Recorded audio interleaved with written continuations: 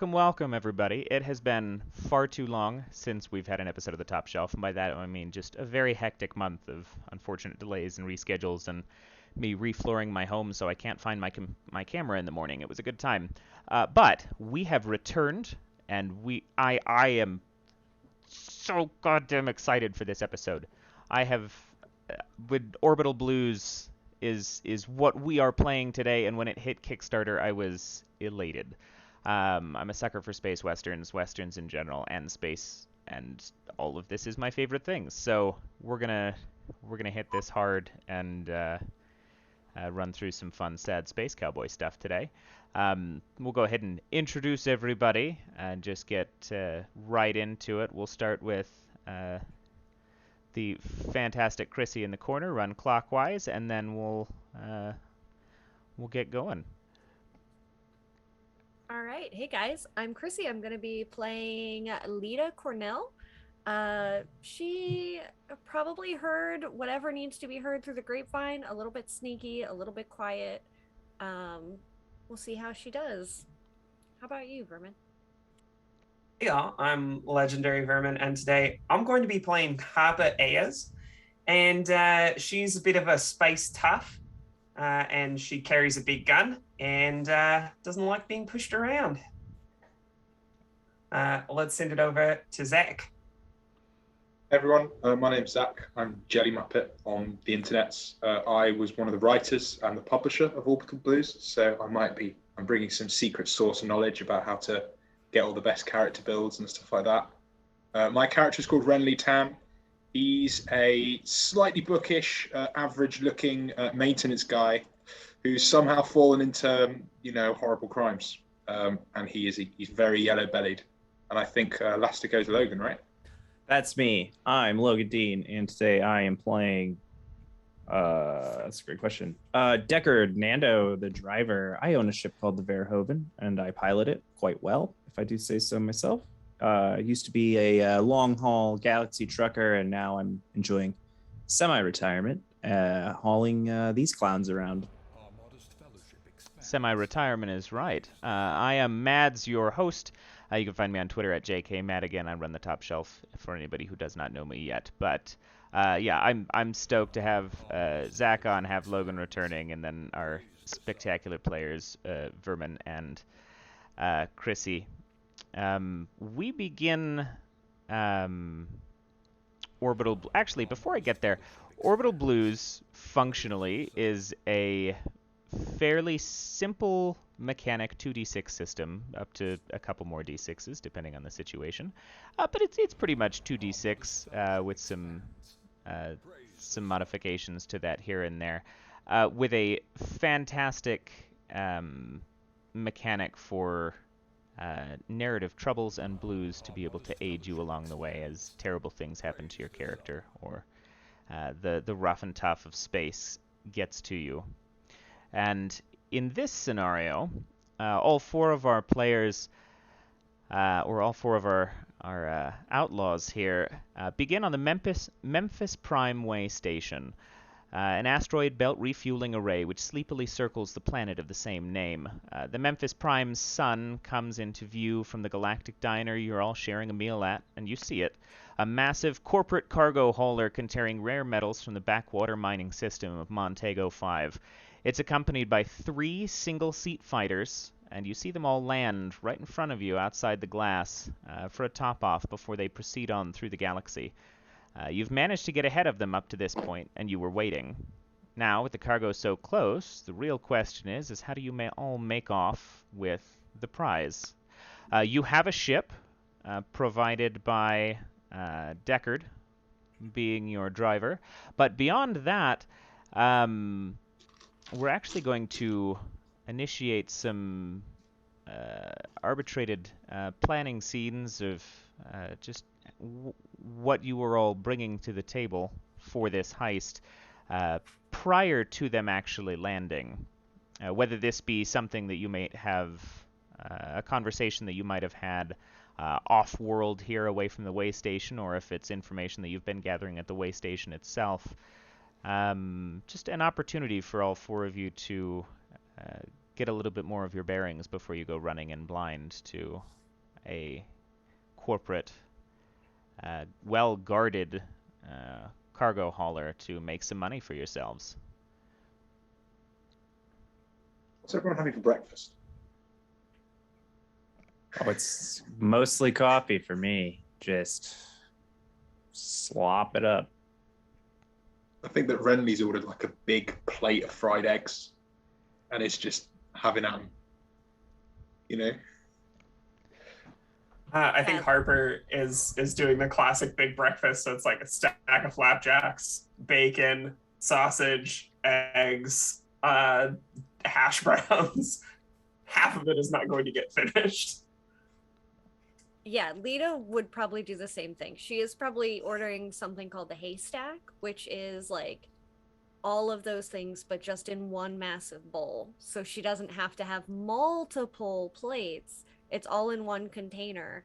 And then when she leaves, she's absolutely taking a massive to-go container because she might get hungry on the way later.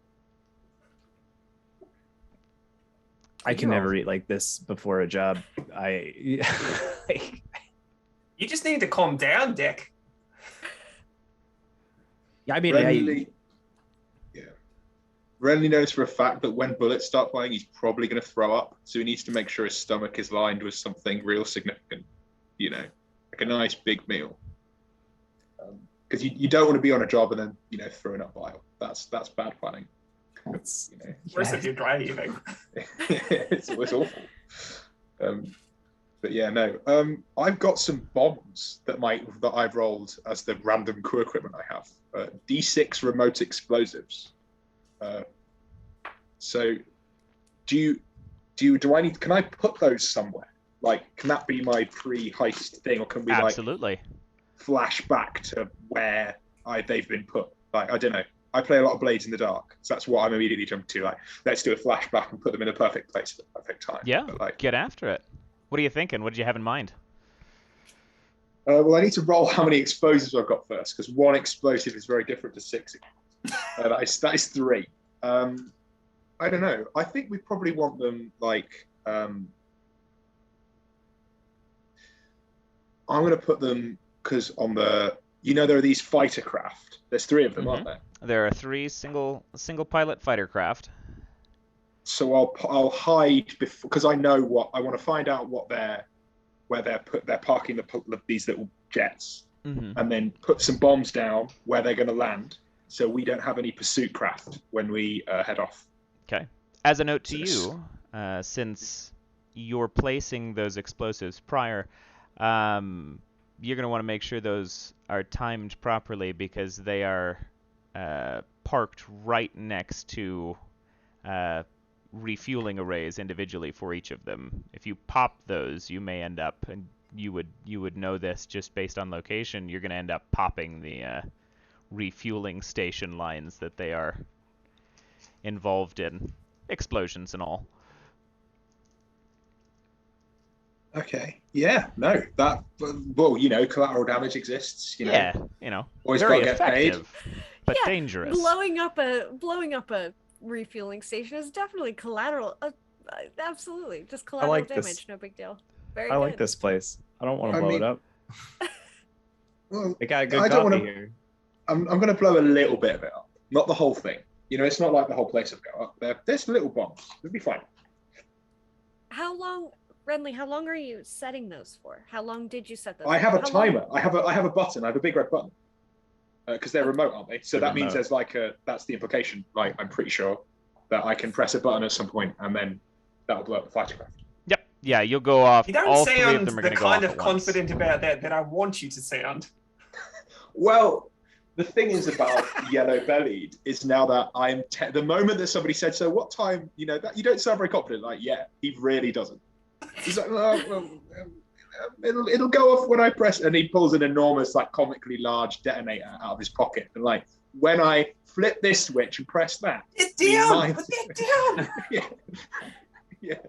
Oh. You get It's going well so far. Like it. So we don't know how long we have.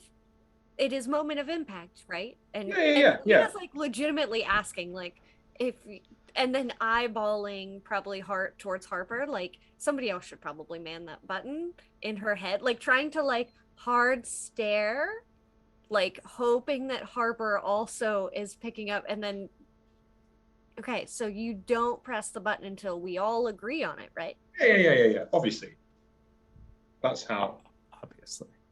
Obviously, right. I mean, we probably won't need to press it at all. It's just one of these fallback measures. Sure. Okay. Should everything go terribly, horribly wrong, and we have to like do a gunfight to get out of it? Yeah. Yep. The waitress walks past and looks at the four of you and is saying, "Can I get you anything else?" I would Can love I have some more coffee, please? Yes, Absolutely. also, thank you. I didn't hear anything about a gunfight over here, did I? Pretty I- quiet place, but Just swapping old war stories. good, because everybody in the diner usually carries something, so I'd suggest not shooting around here. Thank you. Walks off and goes, "I'll go fetch that coffee." Thanks, Maeve. If Lita will hold up a small set of goggles, probably a little bit dusty and like something that she's probably found somewhere, and say, I have a pretty decent night vision scanner. We could see what's inside and where. Something to think about before we go hauling off and maybe blowing things up. I know we said last case scenario, but in the off chance, maybe we know what we're doing or what's in it before we go blowing it up.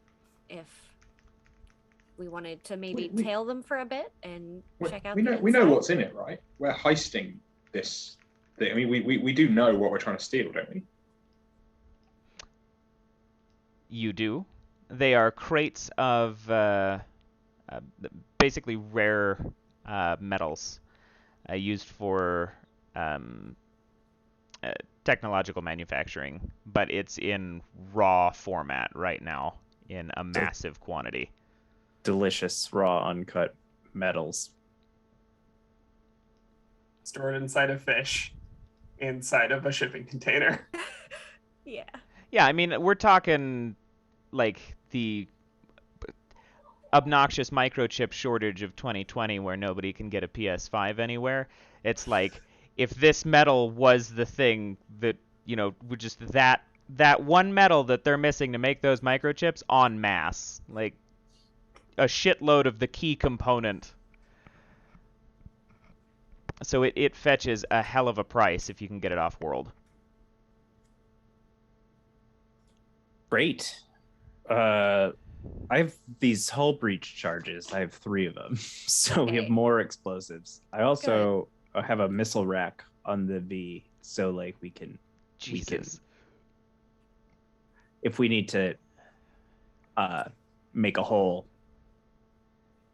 I'm pilot. I fly. I appreciate fast and loud crews. This is a lot of boom.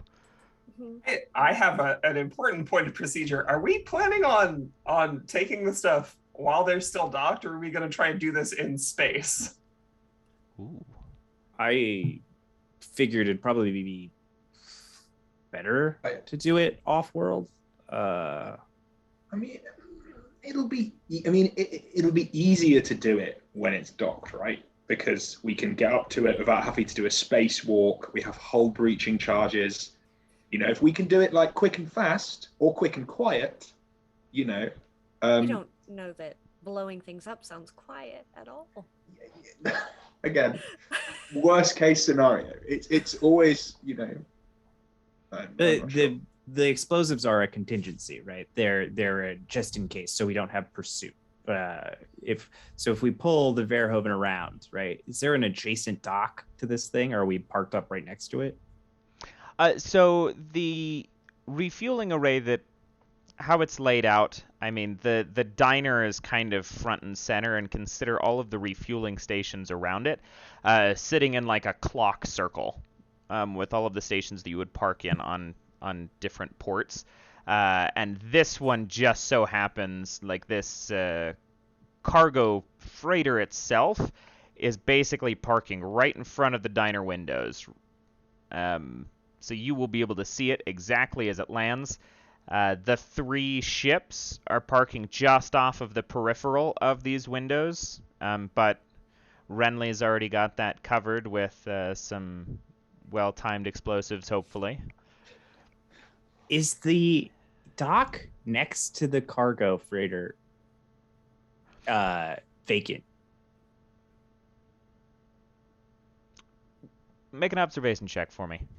What is that? 2d6? 2d6. You're looking for 8+. I got snake eyes. It's going great, going great. First roll, going great. As far as observation checks go, it is currently occupied, and you have not been perceptive enough to really realize how long they've been there. Need some more but coffee. yeah, but the person who's manning that particular freighter is out and about and seems to be taking their time. You may be able to convince them to move if you'd like to dock up sooner, but they have not shown any signs of leaving yet. So we have to wheel like crates and like maglev. I'm not sure how it's going to work. We have to get crates and crates of mineral ore from our ship, from their ship to our ship, and then not on the dock next to each other.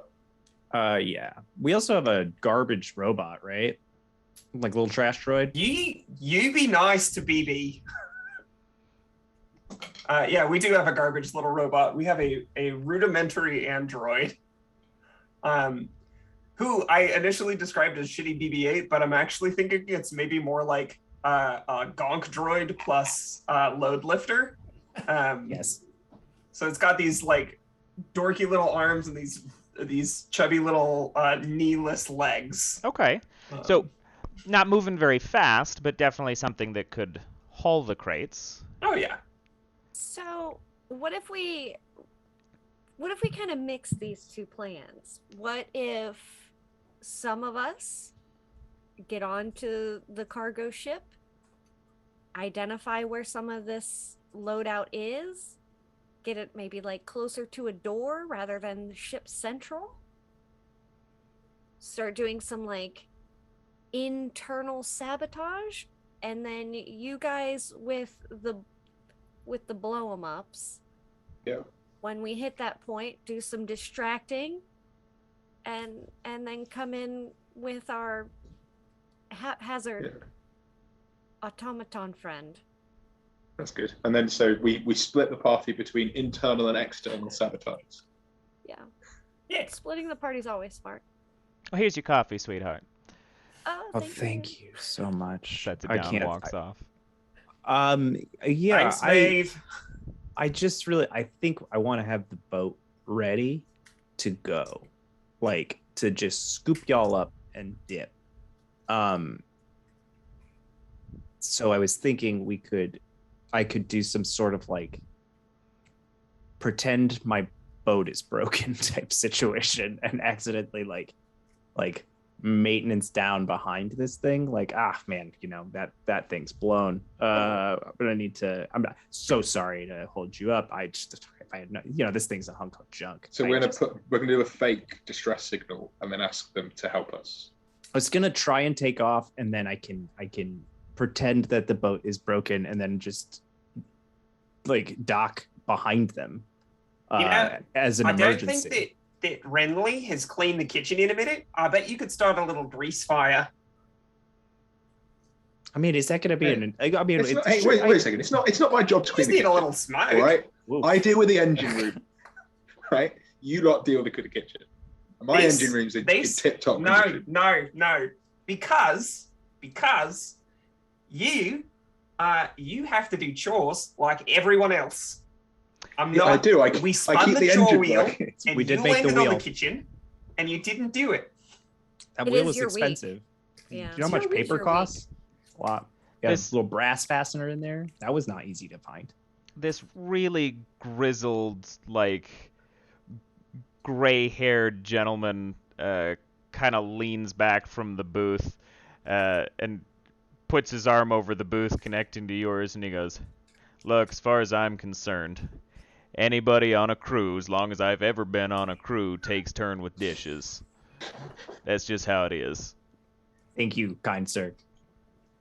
Thanks. Also, I don't know if these corporate types are going to go for that kind of distress, but you're welcome to give it a go." He kind of turns and eyes his back to his fried eggs and sausage. Well, we've been made, so it doesn't really matter what we do. I You just guys are wanna say, talking plans in a diner. I work all day on that engine, and we are not going anywhere anytime fast if I am working on making sure there's no grease on the hob compared to making sure that we have an FTL engine. Okay? Deckard, you know what that sounds like? Sounds like he doesn't trust your ship, man. I think that I'm not gonna bite this one. That's bait. I'm not. I think we can discuss this later when we're like not in the middle of something.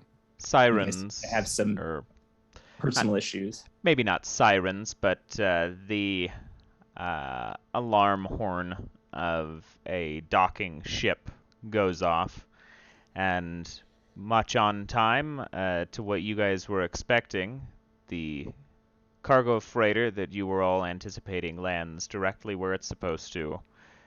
With the 3 ships, if you scramble over and take an eye out, land exactly where they're supposed to, as the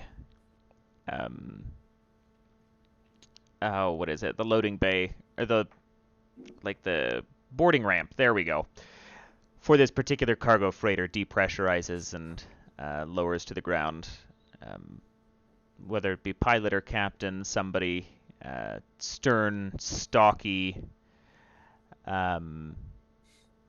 dark red-haired woman, openly packing a rifle on her back, but otherwise has military patches emblazoned on the side of her jacket. Steps out, kind of dusts herself off, looks a little tired, but not really shaken up by it, and walks out of the cargo freighter and up into the diner. You also see the 3 individuals from the pilot, or from the individual fight craft, are walking over into Windows view and kind of posting up in front of that boarding ramp as security for the freighter. So Lita has the gambit of her hearing it through the grapevine. So she probably would have done some digging on this ship captain. Likes, dislikes, maybe allergies, things Education. things that might be helpful in distracting her or disarming her. okay. She is. Her name is Emily Price, and she's late 30s right now. She's been with the same company for about 15 to 17 years. She's at this point not particularly high up in the company, and I think if you're hearing through the grapevine, there is some small amount of resentments at her slow ladder climb, because she would like to be more affluent than she is. But nonetheless, she's still pretty proud of her work and will continue probably doing this until she dies. She's very stubborn, and she also is hard to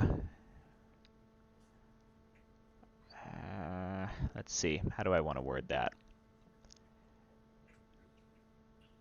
She's got the Cadbury egg thing going on. She's really, really hard exterior, very deliberate, but she's fairly soft on the inside, if you can crack that. Look, I'm sorry. It was the analogy I had, and I went with it. Okay. I It's love an it. egg, bro. It's fine. It's fine. It is an egg. It's just a It's regular. just The old regular Cadbury egg. egg. No, I feel like a chocolate egg's harder to break than normal eggs. Thank you. That was my All thought, right, at least. that's fair. That's Exactly. fair. Yeah, Okay. well, yeah, no, you're right. It's a good analogy. It was very good. Apparently. We, Also we all funny. know exactly what you meant, so it was perfect. You're I fine. These just guys thought give me that shit on the sentence regular, was going in so. a different direction. I was Could- anticipating something different. This episode of Top Shelf brought to you by Cadbury Eggs. Cadbury Eggs. Great for any heist. We're getting paid. If you can get Cadbury stuff being a off good world, one. you are absolutely getting paid. Yeah. Okay. I've got an idea. Yeah. I want to pull. We could try the old. Oh, look at that! You've got some engine trouble. Your engineer hasn't noticed that because he's not been on the outside. Let me go in and take a look at it for you. I'll do you a favor. And then because obviously they've got that bit of filament. That's Tetrion emissions there coming off from your. I'll just technobabble my way in and then break the engine while fixing it. I think I know how to do that. Anyone want to come with?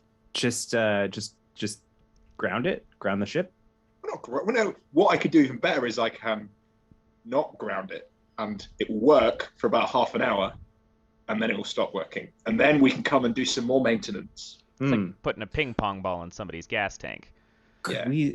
we lift like a tech uniform from one of the idiots that works here?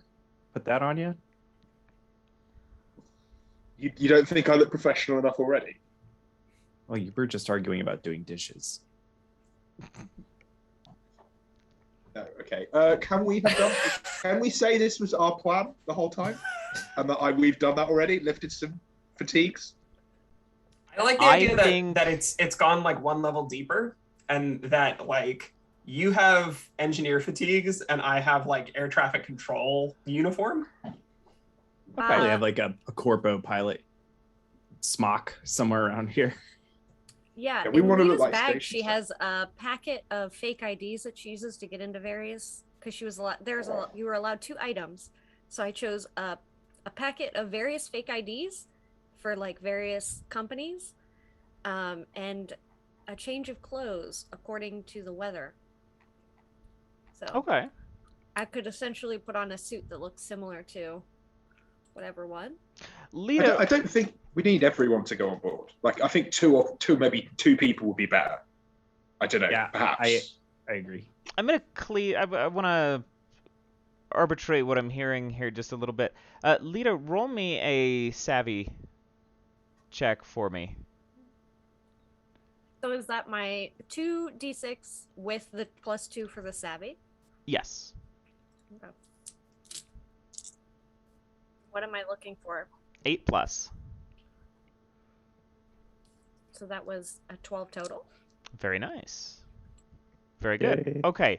So not only do you have fake IDs, but in Lita's reconnaissance of the company that you are specifically stealing from with this cargo freighter, those fake IDs are made out and current to what look like are their badges as they walk in, and you're pretty proud of yourself at having prepped a snag for them. However, you only managed to grab 2 because of the intensiveness of how specific these badges are.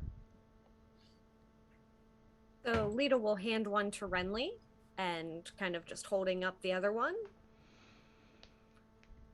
You guys could essentially just say you are the maintenance crew that were placed here to look at the ship prior to leaving. I could do it as well, but want to Who's coming with me? Else. Because it's I'd obviously say send Harp. I'm not the great. Well, I lie all the time, but I'm not the greatest liar.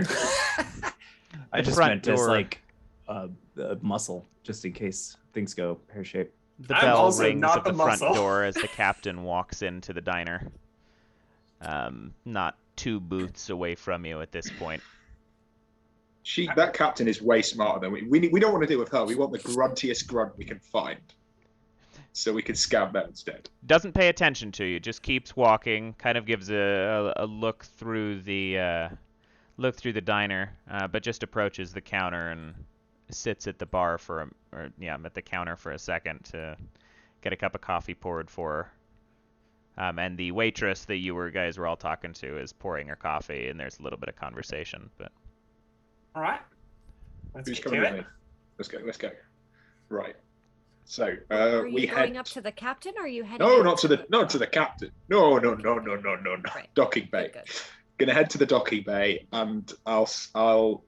Have we got like a window that can see like the ship from like where we'd be boarding? Is it like an airport terminal? That's how I'm imagining it. yes, absolutely. So the walk-in, that's sort of like, yeah, I guess if you're thinking of it that way, the terminal hallway that enters the diner Yep. connects directly to. No, actually, well, the way that I had it actually originally designed, which might make it easier for you guys, you're looking at like diner, front glass window, docking station. We're looking like old school gas station under an atmospheric biodome. So there are not specific walkways that's connecting everything. This is open space underneath this atmospheric It's just dome. a dome. Yeah. Okay. Big vibes. Okay. I go up to the guy who's on the desk. I assume there's like a security guard posted outside this entrance. Yeah, I saw- you got 3 guys. 2 of them are doing patrol. The other one's right at the entrance of the... Are you talking about the folks at the cargo hauler? The folks of the cargo hauler, yeah. Yeah, and then you got one guy right at the onboarding ramp who's posted and just stationary. They are all armed fairly well. So I've got a toolbox because I have a toolbox. I'm an engineer, and I walk up to the guy. I flash him my card very quickly, and I say, "Hey, who the hell is your chief engineer? Because that doesn't look very good back there." And I point incriminatingly at the most prominent point of the spaceship engine. Can you see that heat wave coming off there? That means you've gone through the bubble atmosphere twice. And I ream techno babble at this man. I would love a good. This is technobabble. Technobabble is not charisma. That's pure just vocab dumps to confuse. I would love a grit for that. Interesting. Just rather than a savvy. Okay, yep. Yep. That's Rather cool. than savvy, I want you to just burn this guy out with the persistence of all of this. Okay. My advancement is technical expert. Is that the kind of thing that would grant me the upper hand on this? Absolutely, sort of yeah. Vocabulary Love is yes. And I literally want him to the point where he doesn't even look at my perfect photo ID. He's not even got like that level of comprehension of At this the point, he bullshit I am doesn't pulling care. right now. Like he's starting to glaze over. Yeah. Okay. Do we have a dice roller, or am I just rolling these like in real life? With Yeah, dice? roll them in Slap 'em real on the life. I table. trust you. Okay, so that is a total of 11 with my savvy. 5, 5, 4, and drop 4.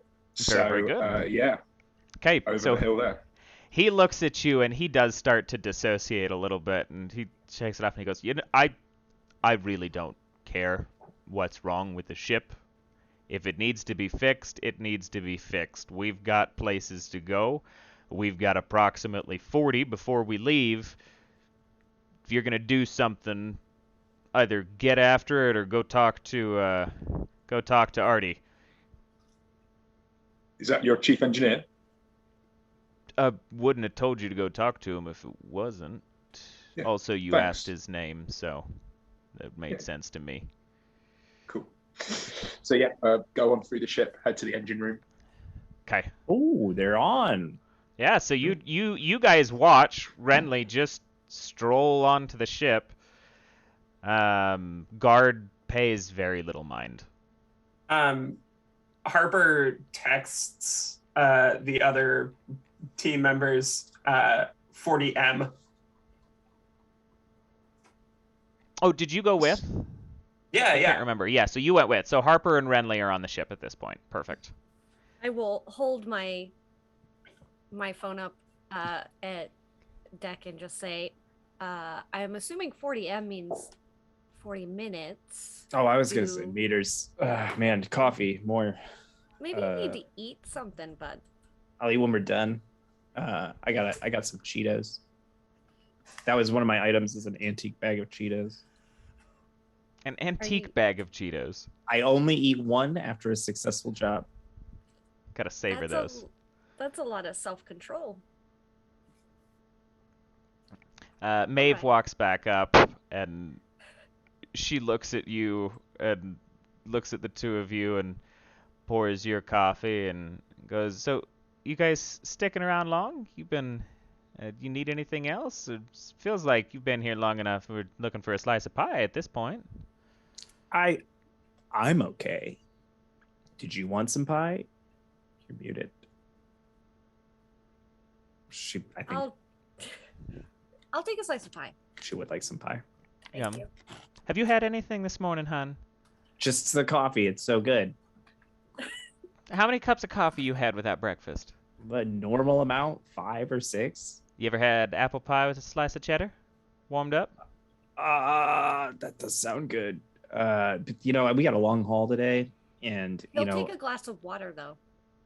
that's actually probably a really good idea. If you have any water that's not like gross. What? Like with stuff Yeah, in it. no, I've we've been to a got- lot of these stations. There's like oily water. Do you have like fresh condensed or like Yes. Memphis Prime has actually, good well water. It is a habitable world. this place rules. I'll go fetch that. What kind of pie you want, hon? Apple with cheese. Good, good. 2 slices apple with cheese, and she walks off before anybody can protest. I didn't say 2, but it's fine. You'll eat it later, right? I think one's for me. Yeah. It's fine. Okay, so while you guys are observing at the moment, Renly and Harper, you guys get into the ship, make your way into the engineering bay, and within this engineering bay there is a kind of a really lanky, beer-bellied fellow. Still dressed fairly well, very clean pressed, probably has ex-military in him, but he's kind of let himself go now that he's just the engineer in the back, and he's got Artie on the front of his uniform as he kind of stands up and dusts himself off, hearing the clank across the grate of the metal down here. So my thought is this guy is going to be significantly harder to bullshit than the entrance guard, given I'm essentially be saying to him, "Hey, you've not been doing your job properly. Do you need a hand?" Do I think I can sabotage this ship without going to the engine room? Just like going to like a processing unit or a steam engine or something, like, I don't know, some where I can like be doing engineering things without drawing much suspicion. And That's a good then question. sabotage the engine. That sounds like a good observation check question. I'll do that. Yeah, okay.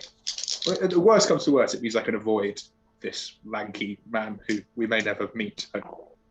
4, absolutely not. I guess I'm walking down the corridors on the way, I'm like, I could stick a ping pong ball in that. If somebody hit that with a crowbar, if we had a grenade, that would sort that bit out. But And that's kind of what you're gathering too, as you're walking through. You're paying pretty close attention to stuff, but what it does not do is help you avoid that conflict, because everything is sealed up tight. Most cargo freighters, usually don't put the care into hiding their exposed piping and electrical panels and things of the sort. Everything here is buttoned up and like corporate sterile as far as the areas that you are passing through. You would have to be in the engine room itself or have access to panels, and it would take time and stuff if you wanted to start sabotaging things, because there's no access. Cool.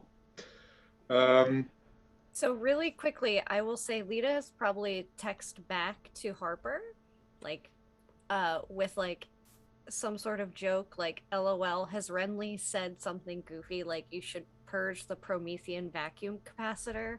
LOL.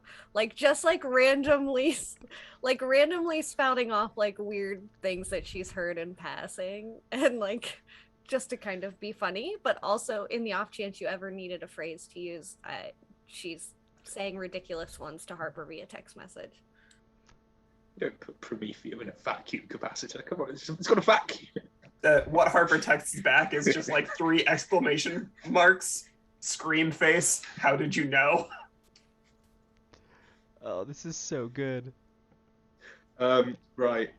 So, yeah, sorry, we're in the engineering bay talking to this guy. So he's lanky looking, reasonably professional. Does he look competent? Yes. He looks competent. He just looks like he doesn't give a shit about his own personal hygiene or how he is existing at this point. He's very much just in his work, and it's almost by that you can tell he's good at his work. He seems a little obsessive about this room. But he stands up and spits through the grate into the floor as he looks at you and kind of...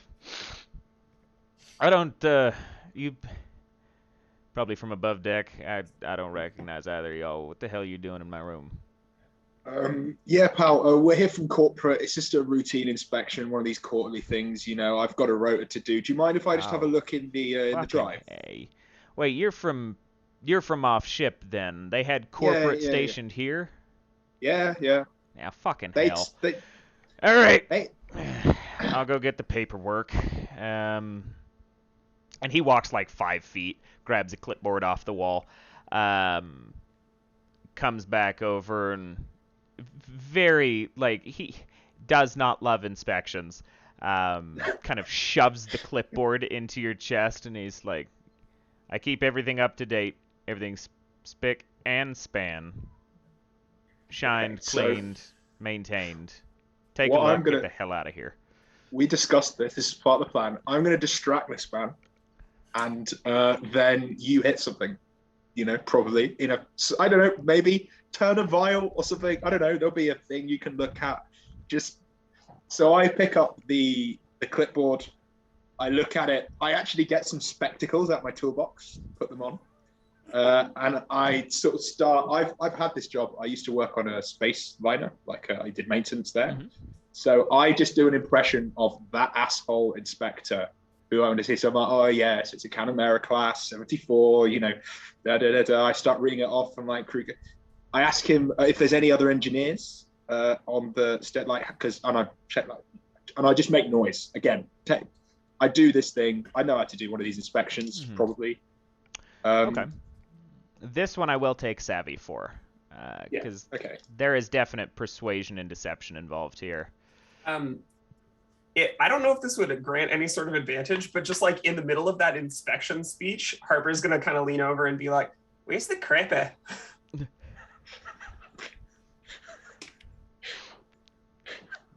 Oh, God. Australians, eh? As far as long-term distractions, I'll probably just stick with the 2d6 here, but he's going to point down the way you came, and he's like, it's the first right. It's barely a closet, so... Cheers, mate. It's literally just a shitter and a sink. Don't give me anything nice down here. Those are the 2 things you need. Okay, so this is a savvy check. I definitely don't have the upper hand on this because I'm not trying to bullshit someone. This is like, this guy will actually just be listening to what I'm saying, so I have to make it intelligible. So I've still got +2 on savvy, which is good. Let's see how this goes. That is a 9. Very nice. Okay. So yeah, you take. Now, what is your end goal here with this situation? Are you just buying Harper time? I'm not sure. I mean, if I can get him to show me the innards of something important, like the main, some kind of drive or some panels or something that have. What I would like to do is, if I can get something that will create like a pressure build-up that will break something important in 30 minutes, once the ship starts moving, or, slide a couple of buttons. Okay. Like I want to get to like the console and then look at it, inspection. Or if it'll open something up for me so I can drop something in it. Okay, so I'm going to say what's gonna need to happen then? Harper, what are you doing before I proceed there? Harper is gonna go off in the direction that he said, wait to make sure that he's not following, and then is going to like look around for something that she can just like reach in, pull a bunch of wires on, and sabotage in a much more brute force way. Okay. While this guy's distracted. All right. So, let me take. I'm gonna 2 checks from you before I continue with Renly. Then let me get an observation check. Snake eyes. Nice. A lot So, of wires. They all look very unimportant. Wait, can I exert myself on this? yeah. How does that work? Exertion takes heart. You draw from heart in order to be able to. I believe it's. And correct me if I'm wrong here, Zach, because I cannot recall for sure. It's just roll another, or no, it just re-roll a die. Yeah, so you spend a point of heart or exertion to overcome poor dice rolls, and you can spend any amount of heart and re-roll 1 dice for each heart spent. So obviously, even if you roll, because you got snake eyes, you'll need to basically spend 2 of your I have health to spend points. 2 heart to do this. This seems like a good time to do it. I'll spend that too. Okay. Oh, motherfucker, that's not much better. That's a 5. Shit. Okay. I'm gonna sweat it. I'm gonna Whatever. give you take a blues from that. Okay. But as you guys, Harper, you start looking around for things, and you probably weren't quite as observant coming in because Renly had that first thought to what can I sabotage. It's not even that. I just don't know what any of this shit does. So you find a panel of all kinds of things, and you start having second thoughts like, oh, maybe he's actually going to do something planned. I could just blow up the ship. Maybe not. Is that what I'm hearing out of this? I keep trying panels, and they are not like false panels that have anything behind them, or like they have something behind them, but it's like labeled fuel line or something very obviously, and I'm like, fuck. God Super important shit that you're not gonna fuck with. Okay, so you're doing as much as you can over there. Just starting to get frustrated over the whole thing. Renly, you are walked over to a control panel. And as you are, Artie starts to hear the ruckus of these panels being shifted around out the way. And he's like, I don't know what the hell is going on. Just finish your inspection, I'll be back. And you can hear the graded footsteps of Artie coming your direction, Harper. But Renly, you have been left alone just briefly. What do I do? Do I pull him back, or do I just let you take shit and potentially get us thrown out? Okay. What panel am I looking at? What does it do? So this is a tech panel, mostly a control hub. You're looking at all of the I guess power outputs to different portions of the ship, pressure dials, things like that. It is all digital display right now. Okay, so I'm going to do a. Okay, I'm just trying to think of the. So I want to move some panels or something that's going to like disable some fuses, or maybe like plan like a loop or something that's going to cause like power to build up in a certain part of the ship or something. Mm-hmm. Then create some technical problems, and then I'm going to, once that's happened, I'm going to basically replace the digital panel with like a screensaver of itself, if I can do something like that. Okay. So it doesn't look like anything's going wrong. So I'm going to like create a backup or something and then bring that to the front screen. I don't know. I'm just going to make a load of noise to make him, to hopefully create something that will explode and once the ship has set off, and but make it look like it's, and also cover my tracks basically. Okay. That sounds complicated. So let me see here. I'm going to say, for the sake, if the answer is I can only do one of those things, then that's totally fine. Oh no, you can do both, but you are rolling against the odds to do so. Yeah, know what? I'll have a crack at that. Right. So, savvy still, yeah. Yes, this would be savvy. And this is against the odds, obviously, even with my. Okay, cool. It's fine. That makes sense. It's because of a timing thing. Yeah. Yeah. Totally. Time required. This is definitely not a simple thing to do, even though I am good at it. Okay, let's roll some dice and see what happens. That is actually enough. I have a 5, a 5, and a 2. I'm dropping the 5. 5, 5, 2. Add 2 is 9. So I'm over. Very good. Okay, so Play it like a piano.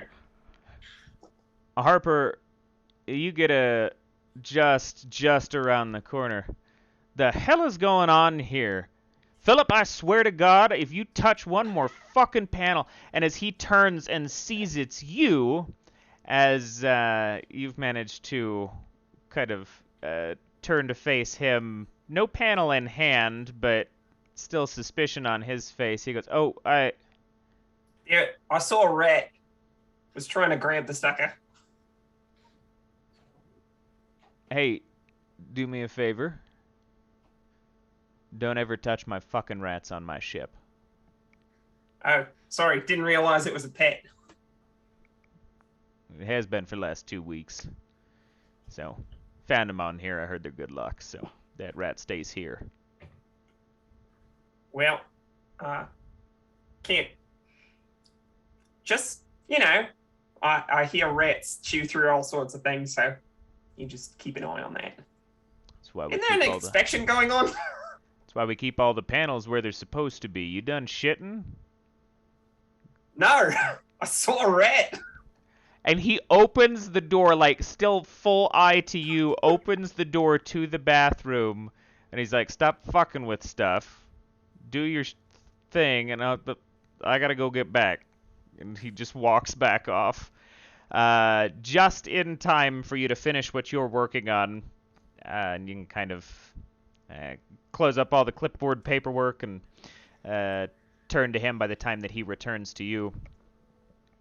I'm just going to give him some more. I said, "Yeah, this is a nice looking engine, Harvey. Everything's running above spec. You know, you've got nearly like 97% power capacity of these bits. I mean, you made any changes? You know, any sort of, not that it would go in the report or anything. I'm just interested. You know, ships don't normally run this well." Yeah, well, ships don't run this well normally because people like to make changes. This is all original and maintained to perfection. We don't modify what already works. Oh,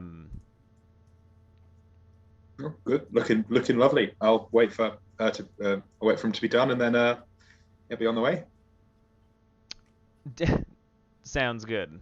Deck and Lita, you guys are approached with 2 slices of pie.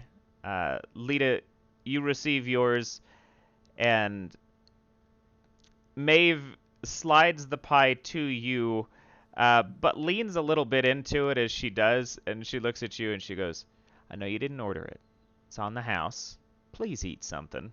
I've seen too many truckers just end up anxietying themselves into an asteroid because all they exist on is coffee. Eat some food, hun." It's She fair. walks off. Okay. Well, I mean, I can't be mad about that. Yeah. So that was nice. I'll have some of the pie, and I'll eat it. Begrudgingly. begrudgingly eat some pie. It's probably pretty good. It's really good. I'm just mad because now I have to admit I was wrong. And I'll finish the pie, and then I'll kind of be like, all right, I'm gonna get up from the table, and I'm gonna look at Lita. I'm gonna be like, okay, I'm gonna do something now. I'm gonna walk over to. Lita will have a look of panic on her face the whole time because she has no idea what he's about to do. It's fine. The captain of this ship is alone. Yeah, she's just drinking coffee at the counter. At the counter, I'm gonna walk up and bring my cup, which is very empty. I'd be like, "Hey, could I just?" I'm gonna walk up right next to her and be like, "Hey, do you mind just like have a cup here?" I'm gonna look at the captain and be like, "Is that your boat out there?" Well, I mean, I captain it. It's not mine personally, I've never owned a ship, but this one suits me just fine. Yeah, wow, it's pretty. It's pretty boat. You got an escort and everything. What are you hauling? If you don't mind me asking, I'm sorry. And she turns to you and kind of gives you the lean against the counter, hand on the coffee cup, and she goes, "Here's you been hauling long?" Oh, 30 years, Earth time. Okay. Well, if you've been hauling for 30 years, I would take it under reasonable assumption that you're just an idiot then. But do not approach someone, lead with the fact that they have an escort, appraise their ship as something beautiful, and then ask them what they're hauling, because any goddamn simpleton in this galaxy would look at you and think you were ready to rob something. Wow. Nice to meet you. Apologies if I offended, and I will leave you alone. And she just turns back to her coffee. I'm going to take the biggest bite of apple pie while watching that. And and then I'll come back and I'll sit down and I'll be like, yeah, she knows what she's doing. Yeah. But she doesn't fly that thing. Okay. All right. I say, and I'm gonna whisper this. I say we maybe like wait a minute, and if she goes into the bathroom, maybe I can just like tranquilize her, because I have a small personal tranquilizer gun. Oh.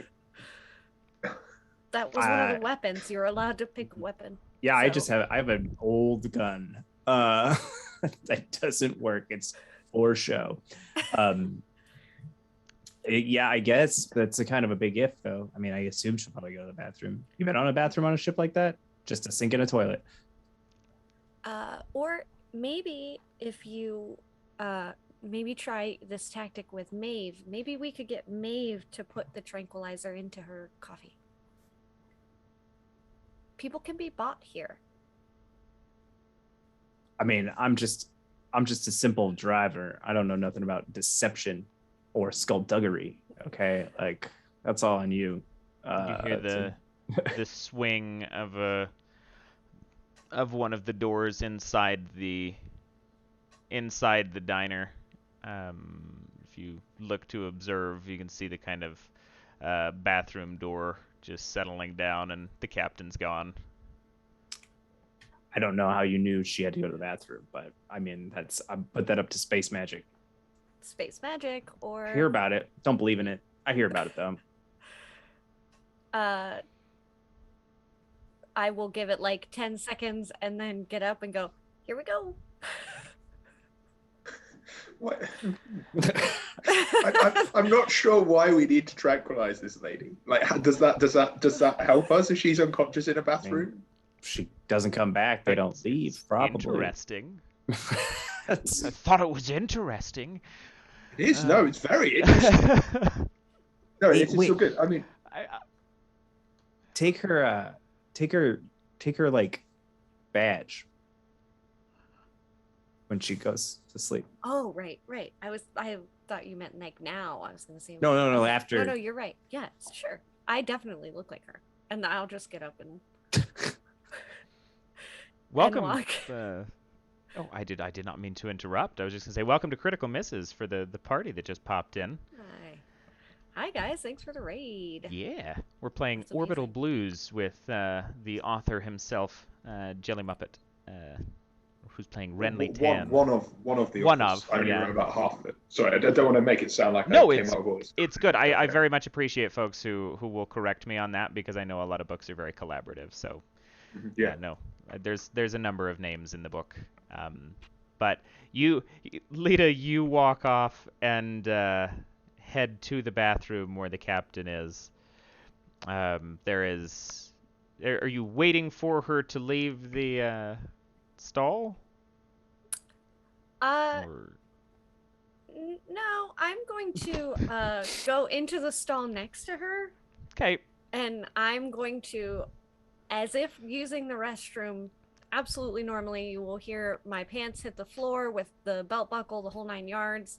But I will remove the tranquilizer dart from one of the tranquilizer darts. I'm assuming there's only like 5. You know what I mean? Like, I Right. assume there's not like a ton of them. But I'm going to pop one of them out. And can I see her feet? Not without being the uncomfortable stall lurker that has to, like, bend in half to look under. Okay, so I can't just, like, see her shoes and her boots, eh? You would see, like, that much of the rubber of her boots. Okay. Alright, I'm still gonna remove the tranquilizer dart. She will hear Lita go to the bathroom because she's, like, ate a whole bunch of breakfast, so she's, like, not even trying to pretend like this isn't a thing that's actually happening. Just convenient. Yeah, it's just very convenient. Like, it's all happening very easily, as if it is totally normal. She will lean down a little bit and go, hey, sorry to do this, but any chance you have a tampon on you? Ooh. Okay. Go ahead and roll savvy for me. Okay. An 8 exactly, 2 4s. 8 exactly. Okay. Here's how this plays out. So she goes, "Oh,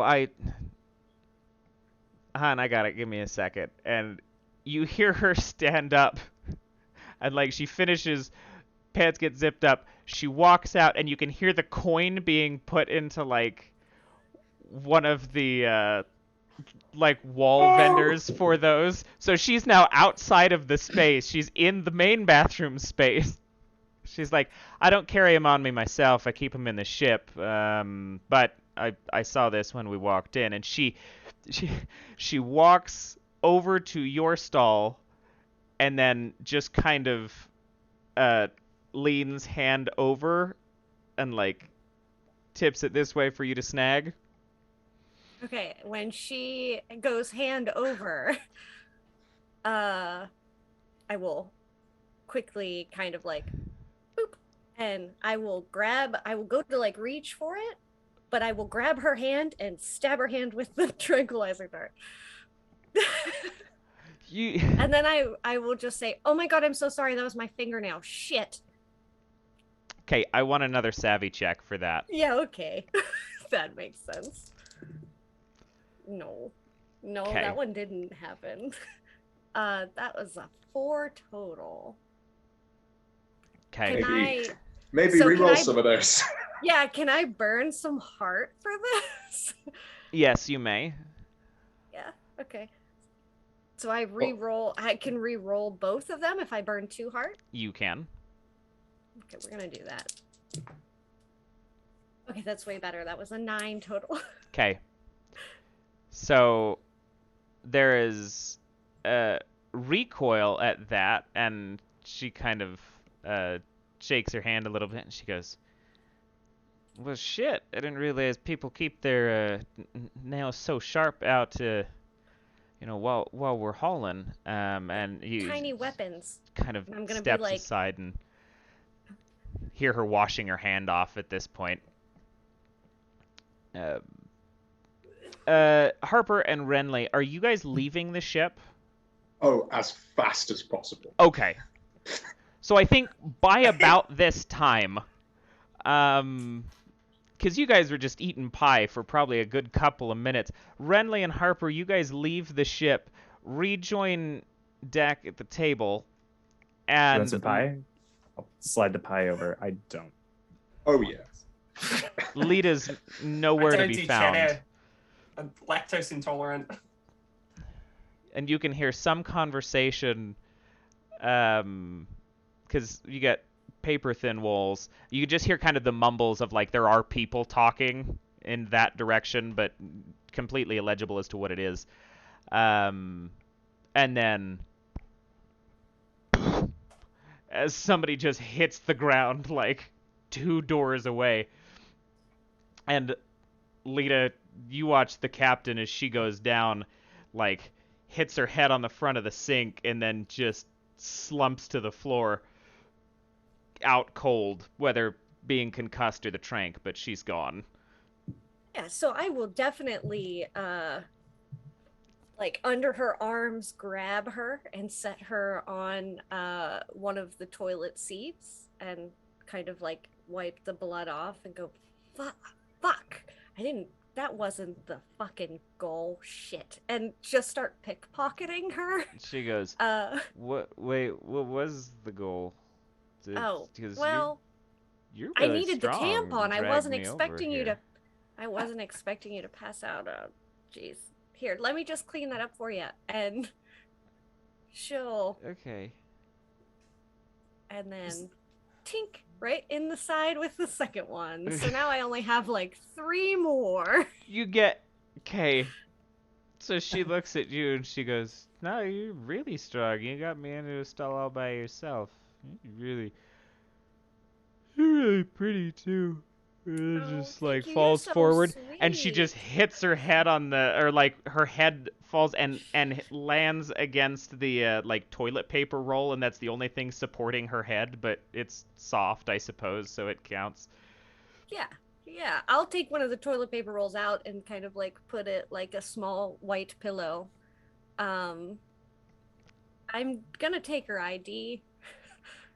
Will come in, kind of brushing people off from the outside. You done playing house in here?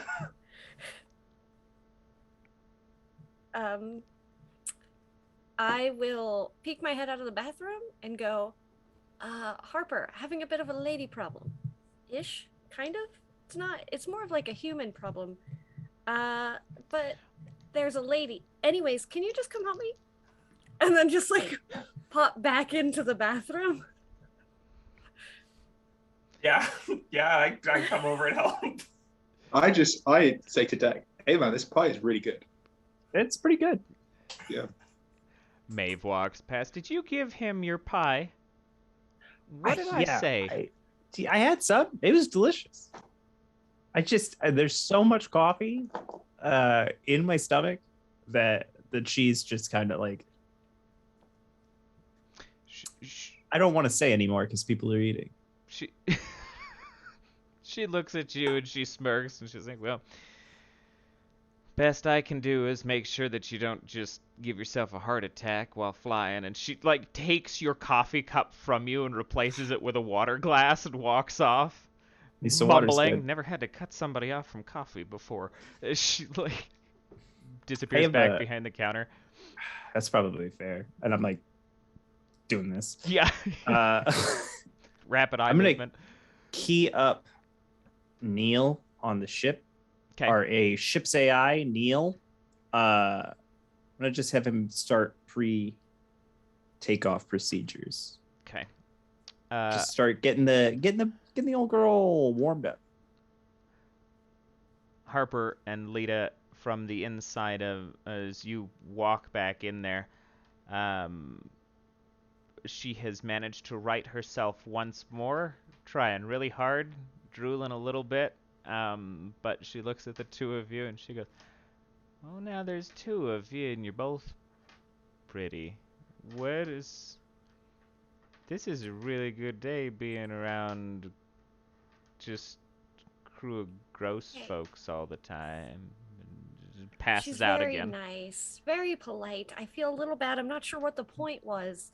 I just got all hopped up on trying to do something, and you guys were doing the ship, and I thought, well, if there isn't a captain, and I'm going to start whispering so that our friend doesn't necessarily hear anything that I say. And I thought maybe if there wasn't a captain, or we could pretend I'm the captain now, and then I could drive the ship away and you guys could just you know, I was just trying to think, and now she's just very sleepy, and she's very polite. Which of the two of us looks more like her? Um, The answer neither is also appropriate here. yeah, for the... I think the identifier here is, do either of you have, like, deep red hair? Me! Really? Yeah! Okay. My character profile I sent over was a redhead. Oh. So it Yeah, goddamn my girl has was. black hair, so You are... you...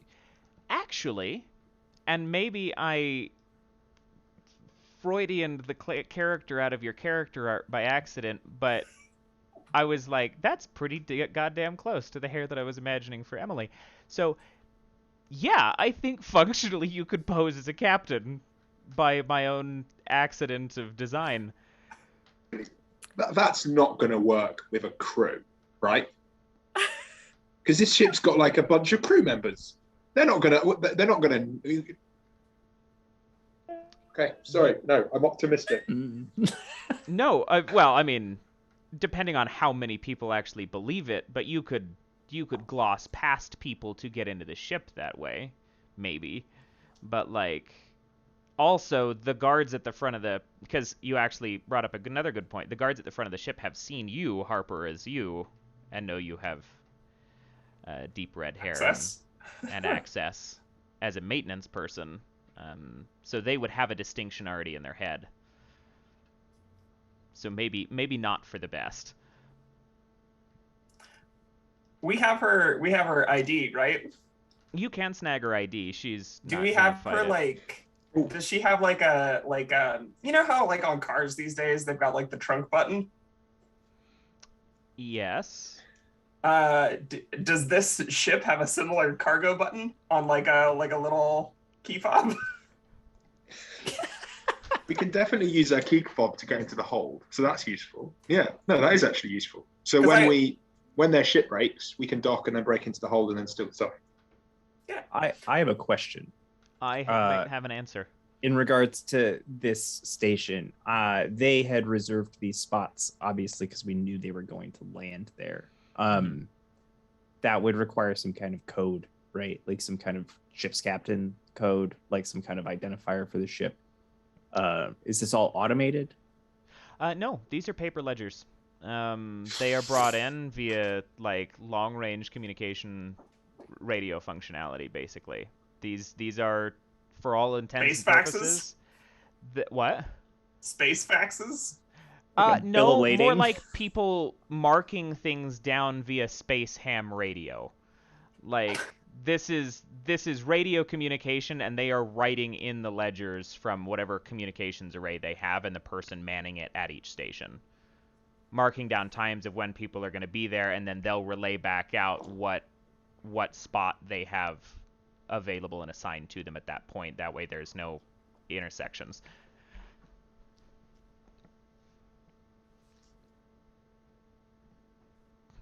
Okay. I'm going to ask one last time, because I don't know if it was ever clarified. Are we doing a get things now, or are we doing it in space? I think it's about to be get things now. I think in here in a Well, second. okay, so Lita will, if you were saying that to Lita, she was like, listen, I'm just trying to make it easier for if we get to space, we have less problems. But this feels like a very big now problem. So She just fell unconscious and is feeling drowsy and is now concussed. You know, and then tell the person she fell over. I was just on the toilet and then she fell over. We could probably get some personnel off the ship. The bell of the cafe door goes off once again, and one of the guards patrolling the ship walks in, checking a timer on their communicator, and just kind of shouts out off the way, because we can see everything through the glass. So he would have seen Emily move from her post into the bathroom, and just kind of shouts from the entryway door into the bathroom, "Captain, 20 minutes, and we're out." And then turns and walks back out. Lita will turn to Harper. Should I go grab him? They can take her back. We can just snag her. We can snag her keys and her ID. That feels like All a right. weird sentence to say. And then we get in ours. We Yeah. get in our ship and go away and wait for them to also go away. I mean, the engine's borked though, right? Like they're not gonna go away. Well, they're going to go. No, they're going to go. What I've done is I've set it up so that half an hour after the ship sets off, something bad is going to happen, and then we Beautiful. can jump them in open space. I've got Oh, this. yeah. I've got this. We're going to do it in open space. Here's how it's going to happen. We, with our maintenance crew stuff, we say, well, you've got a little extra time. We'll take a look at the fighters. And we move the explosives from the dock to the fighters. Pop them when they stall in space. Cool. And then swoop in and claim our sweet prize. I'm going to go do that Beautiful. right now. I forgot about that. That sounds like a good plan. Wait, when are we meant to get the fighters? Let's go. Let's do the inspection. I appreciate that we're having this conversation Okay. apparently very openly amongst each other, shouting it across the restaurant. I- Six Oh, this of is us all- are in the that No, was- bathroom. that was out of this is character. back at the That's out of table, I character. No, thought. this but- is Oh, this is okay. I all was part of gonna our say- plan that we It's- just made up. It's Okay. all normal. Everything's Yeah, fine. sure. I Okay. love it. Listen, I'm here for it. So Renly, Harper, you guys are moving the bombs.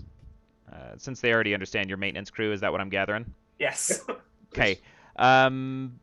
Give me. Ooh, this one will be interesting. Renly, savvy. Harper, muscle. Muscle? One of you is going to have to be actually moving and affixing these, while Renly is convincing them that this is necessary. This inspection can I is make going an on. argument that this is grit to just not sweat it? Yeah. just be like, no, calm? that's fair. I mean, you're Okay. handling explosives, trying to play it off as something else. I'll give you grit for that. Thank Okay. you.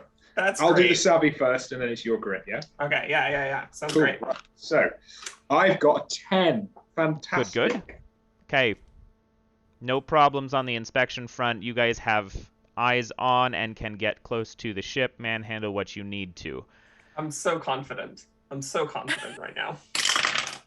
Oh, thank God. That's a 12. Okay. Takes you about 12 minutes to go through all three of these, moving the explosives, making sure they are fixed in a space on the ship that their communication isn't being blocked to each other, but also they're not particularly visible. You return. By everybody's accounts, we're about 8 minutes from lift. In this 12-minute span of time, Deck, Lita, are you guys doing anything? I'm probably paying the bill. Okay. I would be making sure that the captain is bandaged and her wound cleaned, because that was an unintended side effect. And just very as comfortable as I can get her to be, minus key fob. Okay. So you take her access fobs as well as her badge. Make sure she's comfortable as one can be, passed out in the bathroom. Deck, you incur a debt, and you two return with about 8 minutes to spare before ship goes off. As a note, as you guys return, you are passed by a guard from the ship.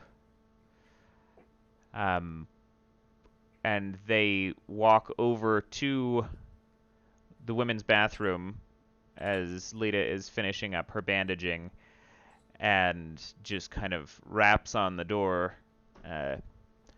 Captain, 8 minutes. We've got to go. Everything okay?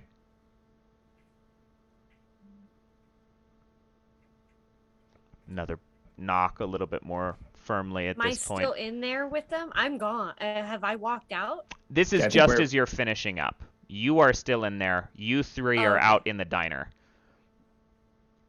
All right, so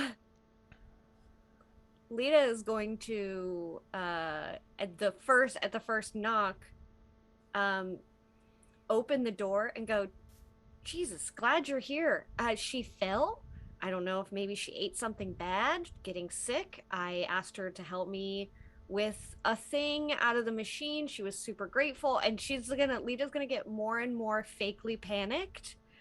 And she fell, and now she's knocked out, and I tried to bandage her. I didn't know she was with your ship, and now, I mean, can you carry her? Because I'm not going to be able to carry her, and I'm just very concerned that she's something has happened to her, and just the whole time, Okay. just very anxiously I chattering away. need a savvy against Okay. the odds here. Okay.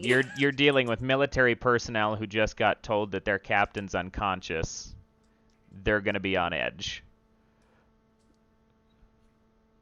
Okay, so I rolled 2 3s, but can I burn a heart to re-roll one? You Can I can. do that? Okay. Can I do that during an against the odds thing? Yeah. Yeah. Okay. Yeah. All right. Okay, I rolled a 5. I feel a lot better about that. Okay. It takes you a goddamn minute, but I will help them the whole time, kind of a little bit obnoxiously in the way, helping them stand her up and kind of even just tapping on her cheeks a little bit, and then as soon as they start carrying her out, I'm going to be as quickly as possible. Okay. With that cue, what's everybody doing? Oh, let's get back to the ship. Okay. Out to the ship you go. We're going to use that unfortunate jump that just occurred in everybody to take a real quick intermission as everybody leaves their spaceport. I can readjust everything on my end, and we will be right back. Awesome. We are back, folks. Thanks for hanging tight. We are currently booking it to the ship because they have got about 8 minutes to lift off where last we left off, and the chase for the actual treasure here is about to begin. Let's see how everybody actually planned forward. For those just joining us, or for those who did not get the initial interaction, we are playing Orbital Blues with one of the authors, Jelly Muppet. Also did Best Left Buried. If you have not seen Best Left Buried, it is superb. But we've also got Logan Dean and Legendary Vermin and Chrissy Kritz, who does all kinds of fun stuff. Chrissy's a spectacular DM for TPK. Legendary Vermin's. Are you officially a player yet? You are a player. Yeah, I feel like I'm a player. I'm I'm playing on all sorts of stuff these days. Yeah, you play on all kinds of you're stuff, an but you official also make cast all member. kinds of good games. And then Logan Dean made The Company, which I ran a whole mini-series of, which is superb. So lots of good designers involved in this. And you guys make it to your ship, get everything booted up and ready to go. Keys in the ignition, fuzzy dice on the rear view. You are flying smooth as you leave this spaceport.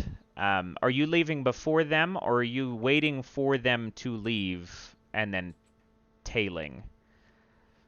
Oh, I think we'll get out of here before them. I think Okay. that'll look a little less suspicious and maybe give us a bit of a head start. So I'll flip everything on and get the Verhoeven off the ground, detach and go. All right, Verhoeven is up and flying, and we get out of orbit of the way station, out of orbit of the planet itself. We get about to well, actually, before we get there, Renly, the explosives are really your call here. Are you blowing those soon, or are you waiting till we're out gonna of? wait for the ship to break, and then when we go up to investigate, then we can pop the explosives. Okay, Right? sounds good. Because I don't imagine they've got a space range. They're not meant to be used from 100 kilometers away, which is where we will be at even a small distance. So yeah, I imagine that we need to be a couple of kilometers from it or something. Okay. Can I get? I really quick. I want to try something out. Okay. I want Neil to ping that ship's comms using the captain code on that ID we took, to try and intercept any distress signals they might shoot out. Okay. Yeah, and because you have the captain's designations in your hand, because you did take that, I'll let you roll in your favor on this one. Let's get a savvy for that. Okay.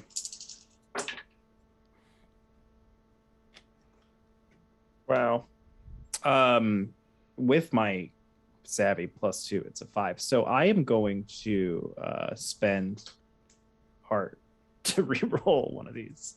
Okay. I'll spend 2 to re-roll 2.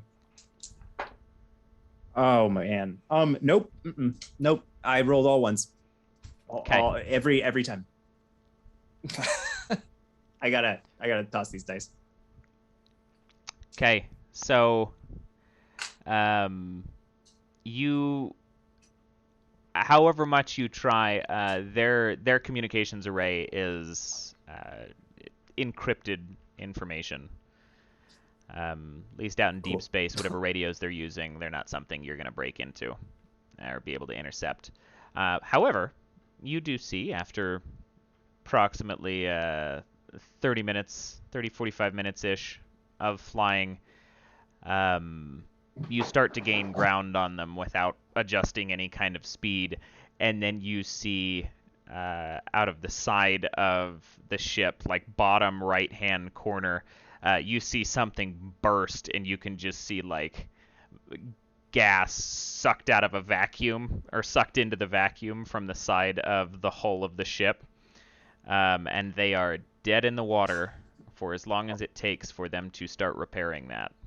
Well, that was effective. Now, you know Artie's competent, so you probably don't have long. But they are gone right now. Yeah.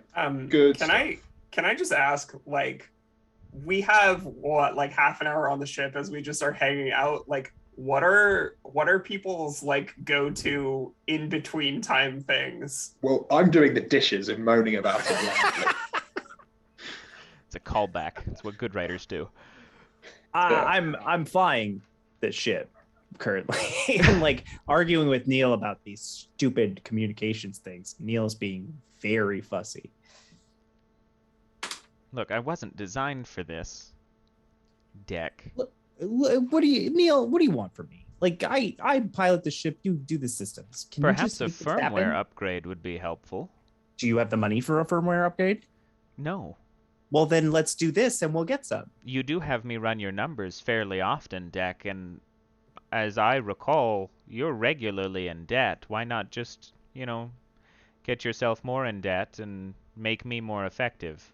What, are you my student loan collector telling me to just take out more money? Come no, on. But you did designate me as your accountant, Deck. All of your numbers are on my motherboard.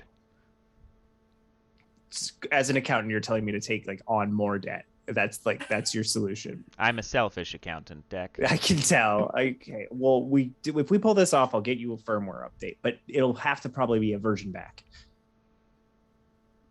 We can work with that. Okay.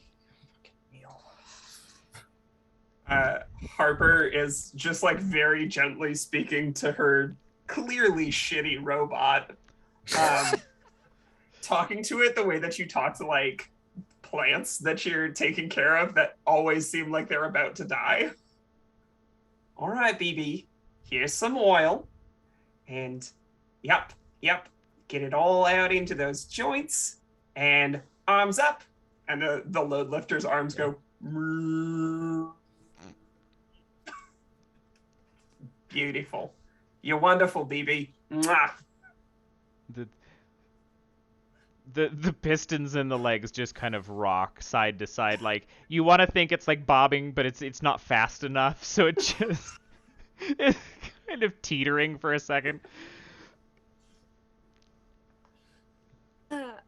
Lita is definitely probably sitting in the, if there is like whatever the equivalent to Deck's passenger seat is, like if there's like a co-pilot seat or Yeah. like a seat immediately for sure. behind him, even like connected to the wall, probably like legs kicked up, not paying any sort of attention, and just randomly giggling to herself as he argues with Neil.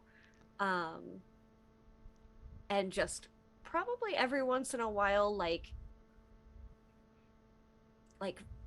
rolling like a little marble around to see if the ship is like stable. Have you ever done that like on the floor of a house and seen it like kind of doing one of those and like making small comments to like support Neil in Neil's arguments? I'll like look over, just be like, it's not a real. I'm a real. I have feelings. You also have an uncharacteristically high caffeine content at the moment. Are you feeling okay, Deck? I just want to be done with this job, okay? I just want to get this done with, and then I can eat some food, and everybody can leave me alone. You do know that exorbitant amounts of caffeine does contribute to elevated levels of anxiety. Perhaps if you'd lay off the coffee, we'd have a more pleasant talk when you'd flown. Should eat something green, Deck, like a broccoli. What Mushy is peas. happening? This is my ship. Why? I bought a ship to get away from this. We are That's all. closing in on our target. We are closing it on I'm our going- target. Yep. I click on the big red lights that say things are important. Okay. Yeah, there's as the big red lights go on, we get a shot of Harper like putting the like spacewalk tether onto BB and like locking it onto the wall in the cargo bay. And Getting I ready. will calm down and be like, there are hull breach charges in the equipment locker. Do we need to do a spacewalk? Can we dock with them? I was gonna how try does and this get us work? like as close as possible. Their ship is big enough that you could dock your ship to theirs fairly comfortably. I'm gonna put And these we've fingerless got the leather gloves captain's- on. We've got the captain's access codes. So Yes. like, yeah. Neil will respond to hearing these communications and go, Deck, you've been trying to access their communications to get rid of distress signals, and you already had the codes to just open the hold? Why don't we just... Just fly us closer to the ship. So does the AI have a better idea? I'm just pointing out fallacies and priority is Do all. you want me to open the hold and then just have everything sucked out into space, and then immediately I'll be like, We could just tractor beam it at that point. Renly, the light on your detonation Yep. flicks on as soon as you hit within range. And Deck, this becomes concerning to you because as soon as that ship stops moving and you guys start approaching, you watch these three fighters like double down in the opposite direction to face you guys. You don't know if they're like on the attack, but they are aware of a secondary ship at proximity at this point. yeah. Am I trusted to press the button then? As long as Is that okay? when they get far enough from that ship and before they get close enough to ours. Ooh, that's a good use of an observation check. Does someone who's better at space travel want to do that rather than me? Or what? Tell me when. Yeah, I'll do it. Can I add something? You are a pilot. I will give you the benefit of the doubt as far as situational distances in space. Go ahead and give me a. Nothing's kind of in between. I'll call this one grit. Okay. Oh, finally, 9. Okay. So yeah, you take a sec. You manage to filter out the noise of Neil heckling you over your decisions of priority up to this point and call down at the proper moment for Renly to hit that button, and you watch the fireworks go off as these 3 ships just light up, and debris and pieces of those ships just scatter in every direction. Take a listen to the rain, everybody, as I drive through this debris towards this broken down ship. Okay. Harper will like tap the comms on the side of the cargo bay. So, just clarification: are we going with the plan that your better half came up with? Honestly, I think it is a better plan. I Good like job. your husband. He's good. It's fine. It's just, he keeps me honest. And then let's get in close Okay. and then Do start. we know what these crates look like? You do not. Nobody checked. I got enough room for whatever though, right? Like I should have. Yeah, enough you got cargo plenty of room in the cargo hold. You just gotta make sure that you know what you're grabbing, because otherwise you're just gonna take forever grabbing everything. Right, Harper, do you have a gun? We can use the systems. We can scan the debris With you. field for fancy metals, right? I was just course. gonna Of net course. it all and then have Harper shoot anything that put its head up when it came inside. Yeah, I've got a gun. And she, like, the visual over the comms shows, you know how like a desert eagle is like way too big for. Yeah, it's like that, but it's like a revolver. So it's like a Destiny looking fucking kooky ass revolver. Okay. Renly, Neil will, in the same space as you, go, I would love to scan the ship and debris field for the metals that we're looking for, but our analysis equipment for things like that was damaged in the last event, and Deck never put it forth to get it repaired yet. So we'll add that next to the firmware. There is, however, in the cargo hold a single shortwave scanner that one of you could carry around, but it only has about a 10-foot radius to it. Who's doing a spacewalk then? You do the spacewalk. I'm going to try fix this scanner thing. I mean, you can still... So, to clarify, like, you can dock to the ship. You would just have to be... Somebody would have to basically be walking around the warehouse with that. Or, like, you'd have to strap it to the robot or something. With that little handheld scanner. And there would be a firefight because they have armed security on this ship. Potentially, yeah. If we just vent the atmosphere from the cargo hold and then have a scoop around looking for it, that would be much, much easier. And True. Yeah. So we vent the car. I'm going to try fix the scanner. Somebody jump. One of the 2 people not driving the ship and doing things, grab in a vac suit and then jump out with the scanner, and then we'll start looking. Okay. And then we can just track in once we find Yeah, what we need. Yeah. Got it. Cool. Yeah, let's roll it. I'll Okay. Who's spacewalking? Oh, great. Lita.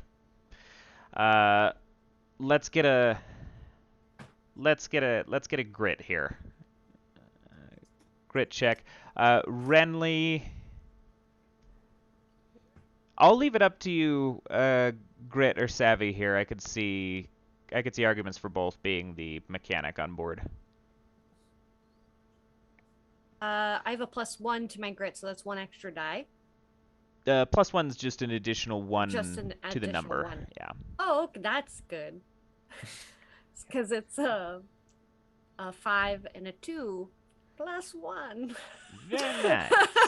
I was hoping for an extra die, but a 1 is sufficient. Okay. Just barely. All right. So you are sent through the airlock, suit intact, scanner in hand, just after their cargo hold is remotely vented and crates of all manner are jettisoned out of the cargo hold into the debris of these spacecraft that had just been blown to smithereens. I will also grab my night vision goggles. Okay. Give you some and better have visibility just there. an extra set of anything, to help us as quickly as possible see what all of this is.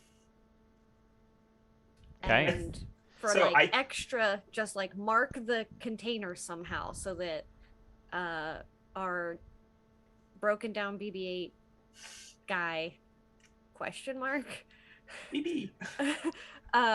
knows which ones to load and which ones to just leave as space debris.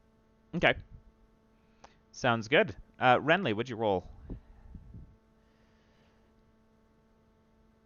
Oh, sorry. Yeah, to fix the beam. Sorry, I thought we Yes. found it already. I think we found it with that success.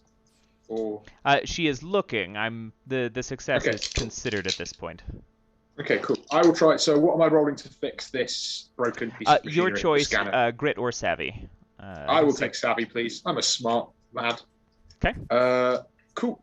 I will roll that. That is a 6. I'm going to spend a point of heart to re-roll that too because I fancy having, I think the odds we're going to end up in a firefight are reasonably low. He said, that's the famous last words. So I've got a 5, a 3, and a +2. So yeah, that puts me at 10. So yeah, I think I should be able to get that scanner at least working slightly. Okay. Yes, you absolutely can. Between your two successes, you notice. Well, Harper, also make an observation check for me. A couple things are all going down all at once here. Oh boy. That's a 5. I'll spend a heart to re-roll 1. Okay. That's a 9. Okay. So, eyes on, because your robot's the one doing all of this as far as grabbing stuff. Yeah. Renly, when you repair the scanner, it goes off. Lita, you find one of the crates out there. And as you ping that crate, Renly, you notice from the scan, and Harper looking down the end of her big fuck-off gun, everybody kind of observes this same thing, which was when the airlock was vented, the one crate that Lita found was collateral damage towards the straps that were holding all 3 of them in the same spot. One of them broke loose and vacked out. 2 of them are still strapped to the bed of the open hold. And you get pinged for those 2 being still inside the ship as she finds the other one. Harper, what you are noticing from the windows of this is not necessarily oh, those are the crates we're looking for, but in that hold, as you're looking in and you see 2 crates still strapped down in there, in front of those 2 crates, probably more pressingly, is an individual mag-booted down to the floor of the hold with a blaster, scope up, trying to pin down Lita. Lita, things are about to get hot. Just put the cargo between you and the hole in the other ship. Okay, and I would like will to hide. calmly fire my gun from this other ship. Okay, so are you, in that context then, are you suited up very similar to this other individual, just standing on the edge of an open hold in space? Yeah, I think so. Okay. So this is a good old-fashioned standoff at noon from the deck of 2 ships floating apart from each other in the middle of a debris field. Yes, indeed. Okay, go ahead and Harper, Lita, Renly, and actually Deck, you're piloting the ship. So if you want to do anything, let's get everybody to roll initiative for me. Is that just 2d6? I believe it is a D3 plus savvy. 5. Is it half? Yeah, D3 plus savvy 5. 4. Okay. No, savvy 4. Yeah, 4. Okay. 5, 3, 2, 4, 2. 4, 4. Oh, y'all lucky. Okay. Our enemy sniper on the other side of all of this rolled a 1. So, Deck, you are up if you choose to make any maneuvers with this ship, or are you just holding her steady? Uh, I suppose you probably I'm- wouldn't know anything at this point until. I mean, if those sensors pinged on, I'll see what's up. On that front. Yeah, you would at least know that we have the location now of all 3 of the crates and can be getting ready to go, I would imagine. Yeah. I mean, I'm ready to bounce whenever I get the go ahead. Could we hit this man with a rocket launcher without blowing up our cargo? How How volatile is it? Neil? The cargo is not volatile. It is solid metal. Again, raw ore at this point, basically. But you do run the risk of breaking a crate and scattering the cargo. Does this boat we are dealing with have any weapons? The big cargo ship. No. Those spacecraft were its guns. Excellent. Okay. Yeah, no. Okay. I mean, I could blow a hole in the side of the cargo hold. Maybe it shakes those boxes loose. Is the robot friend who's carrying our loadout coming for the box that I'm behind currently? I have a Yeah, tractor BB beam, is right? probly like Already on its way. He's probably like Roombaing his way to you. Through space. Yeah. Yeah, Yeah. he's got little So he's gas already canisters. left? He's kind of just like, psh. He's not very smart. Like, think of him as a Roomba. He can't react to any of this. That's super yeah, valid. I was mostly gonna ask if like he could hand off a weapon to me since I am technically the closest creature. But I don't have a weapon on me, so and if he's already on his way to me, You've then- just got your tranquilizer gun, right? that's true, and I do have technically three darts left in it. Just putting a hole in his suit is enough. Yeah, with the vacuum. Like, then they have to deal with that very quickly. Who's got initiative for us? I think Renly and Lita. Let's get. I'd rather him. This gun he's got. It's like an anti-person rifle. It's not going to hit. It's not going to break the ship, right? This is no. What you are looking at is like an energy rifle. Like it's Okay. designed to be fired in the vacuum of space without needing too much interference from. Yeah. But like, is it designed to shoot people in space, or if he shoots our ship with this, are we in drastic trouble? Is this a rocket launcher beam weapon, or is this like a Yeah. personnel beam weapon? I want to know if he's got Uh, a Star Wars blaster or like a Spartan laser or something. It's Yeah, like, okay. Consider it more like a Spartan, or not a Spartan later, a Star Wars blaster. Like this is. Everyone breathe Great. out. Yeah. Okay, good. Yeah. Let's get closer to him so we can. Because how many spacesuits do we have on this ship? Should be one for each of you. They're not Yeah, very nice. you got 4 of us. Okay. Not new or anything. What does everybody think I'm made of money? I don't I know think you're I'm not made of wearing mine money, at Deck. the moment. So You need me to get closer, I can make a maneuver. yeah, let's maybe do a maneuver. Try to do that. And then I'm going to get my spacesuit on because I didn't think we were going to need more spacesuits.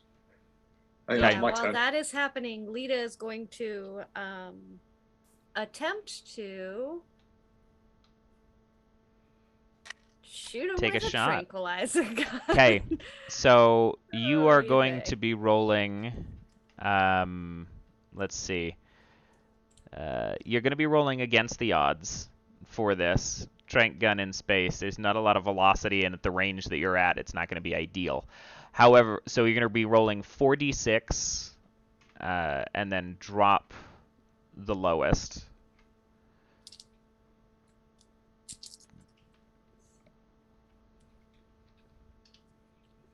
2 of those need to beat 8. Okay. Okay. I And then wish what, I could take a picture of them right now because it's very what did good. you roll? A 6, a 5, a 4, and a 1. Did I say drop the lowest? Drop the highest. Drop the highest. Okay. Okay. I was Yeah, gonna say, drop the 'cause this highest. was I'm very like, I good. did say against the odds, but I think I said drop the lowest. Yeah, okay. What is Chrissy adding to that? Muscle? Just push the dart harder. Yeah, muscle's not going to help us here. It's probably going to be... It's usually savvy for ranged weapons, I think. Yeah. But This one I would allow feels- grit in some cases, yeah. Well, I have a +2 in savvy or +1 in grit. Either way, I have a +0 in muscle, so you don't want me doing the apt one. Well, we'll say it. We're going to go for savvy. Okay. So, a 5. So a that 4. means keep the 1 and the 5? Plus the 1 2. 5 plus 2, it 8, 4 damage. Yeah. 4 damage. Okay.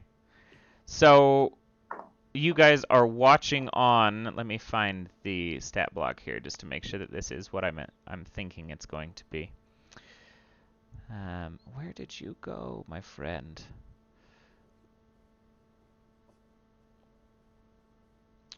Oh, you've left me.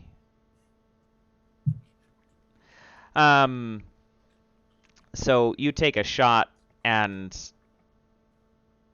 he really could have dodged it. Like, the speed at which one of these things is flying in the vacuum of space, coming out of a dart gun, he could have moved, but he didn't, and it grazed the side of the shoulder and punctured through the front and the back of just the suit itself. But because there was no seal just going into him, and it went right through, his whole suit is depressurizing right now, and he is immediately having a bad time. And you can see as this happens, like, him trying to patch it. He instinctually lets go of the rifle, and it kind of floats away as he's trying to, like, take the dart out and patch this best he can. I believe... If I can try for the rifle, I'd like to. If not, I will very quickly, over the comm in my space suit, go, somebody else do something, because I wasn't super helpful. Okay, bye. I'm moving us closer to the ship. So you should be moving at an that's accelerated rate. So you are getting closer to the hold. If you want to use your movement to get to basically the base of their cargo hold, you could, which would get you close-ish, but the other thing you have to consider is those 2 crates are strapped down. So somebody's either going to have to shoot the strap, or you're going to have to go in and cut it. I'm going to grab some, on my next turn, I'll grab some, like, pliers, or something, not pliers, snips. My brain has just stopped working. What are those called? Wire Scissors? cutters? Or, like, Scissors? shears? Scissors, wire cutters, yeah.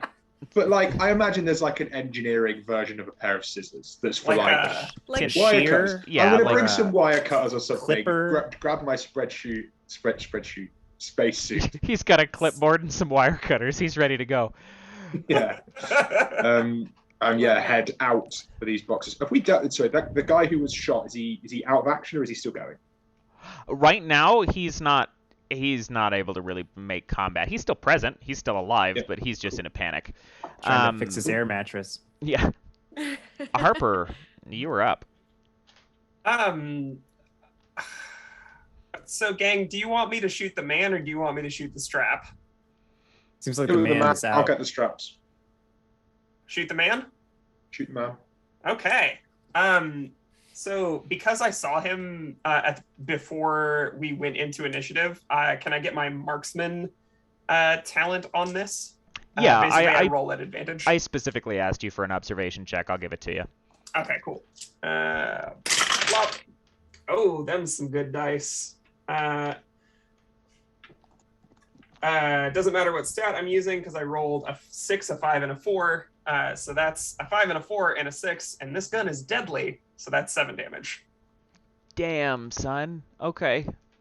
So he's trying to patch this, really trying to just keep a hold of whatever he can, and you can even see him start to walk away from those crates. He breaches the the space outside of those crates at this point, is walking away from the hold because he doesn't have anything. He's trying to leave, and he kind of turns a little bit to see Lita approaching.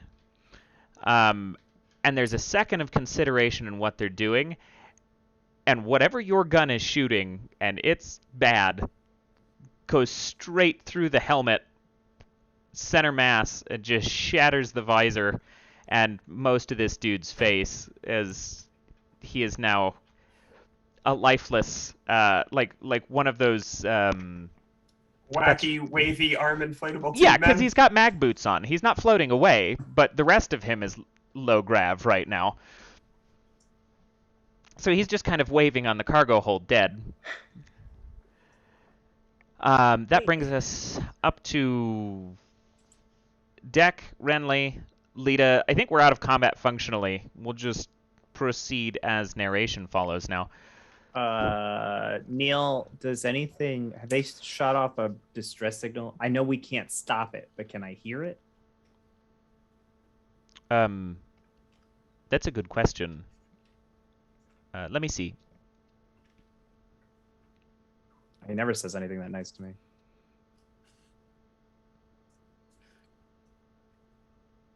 I've just checked.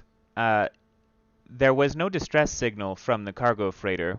Whatever was severed seems to be disrupting a couple of things. But upon destroying all of those fighters, each one of those black boxes seems to be pinging right now.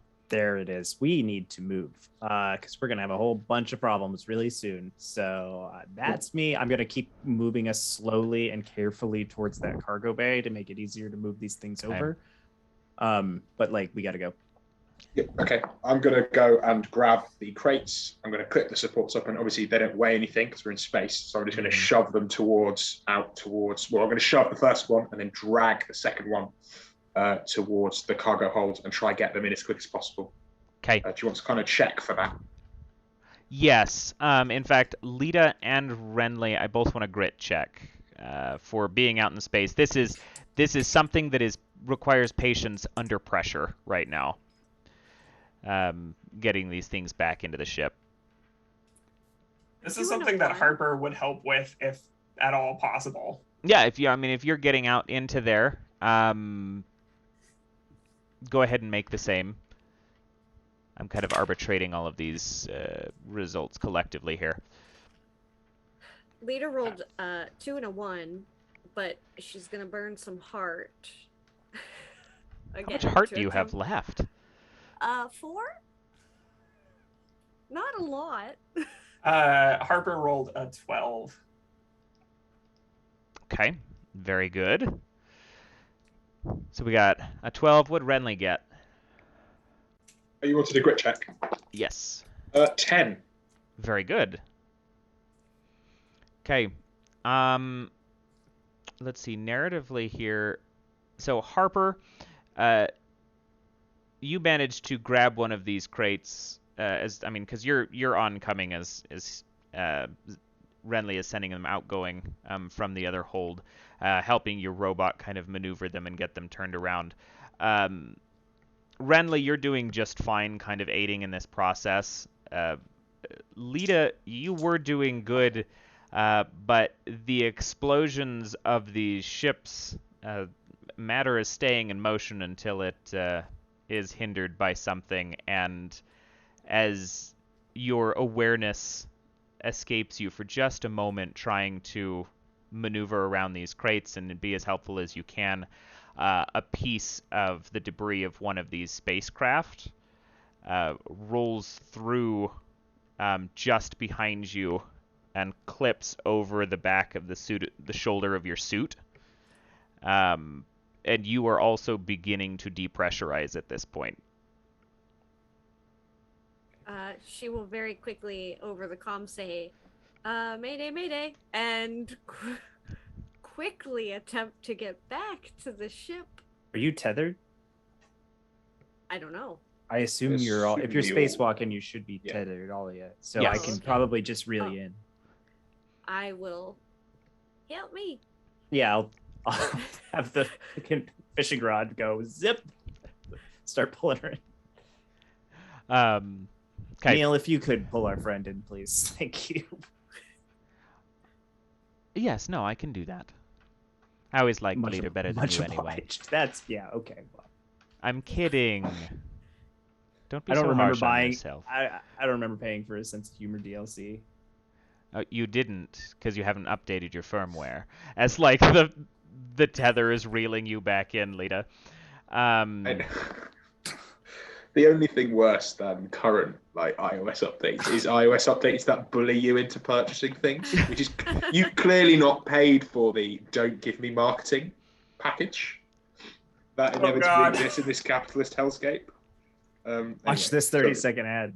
No, it's yeah, right. Would you I like will a Cadbury cream egg? I will in just a moment, Deck. But have you played Clash of Clans? This again. When's the X active? Right. Lita, I need one more. How much heart do you have right now? 4? Yeah. Okay. Give me one more grit check. And I'm gonna make this because this is for actually surviving this reel back with how fast air is escaping. So this is a holding your breath in space as your suit's depressurizing. So, so can I do like a knocking on heaven's door thing here? I'm not necessarily unconscious, but it does say like unconscious, delirious, or injured, and relying on their companions to save them. When a character is knocking on heaven's door, they may choose to disclose a great regret, fear, or disappointment. I think if narratively that would make sense for you, and because I enjoy the mechanics so much, yeah, I will allow that here. Okay. And that just means like I gain a new trouble and I kind of skirt death, sort of. I'll still do the roll. I believe that's how that works, just to like see, right? I think I'm trying to find where it went. it's on 74. 74. We are almost there. That's 74 of the PD. No, is it? Yeah. Oh, I PDF. have the Sorry. spreads. I'm pretty sure mine are Oh, different okay. here. I'm like 74 of the PDF is like 125 of the book. So yeah, page 71 is the page. Okay. It's on page 38 of the spread book. Knocking on Yeah, heaven. no, I think it makes sense. I think you're meant to use that when you're like at 0 hit points, you're about to die, but I think it makes sense. Yeah. Not that I'm in charge. Well, I mean, you Yeah, know. well, though. now let's So hear I some- appreciate the makes Let's complete hear sense. some narrative. I like it. Yeah. Yeah. In a So one shot. I would assume as she's being pulled back in and probably like gasping for air is how I'm assuming this is playing out. Like she's like struggling at this point as they're like reeling her in. She would over the comms just kind of be like, Harper, FYI, bud, I intercepted a letter from your wife. Just so you know, in case I don't make it back. It's in my pack. It's in the bunk. I never told you. What? And then that's all she's gonna say. She's like gasping, just like unable to breathe. Yeah. Speaking using what air you have in the vacuum of space, I'm actually gonna forego that grit roll and just say by the time Deck gets you reeled back in, you are passed out in the cargo hold. I'm not gonna kill your character, but you're probably out right now. I gotta get a better suits.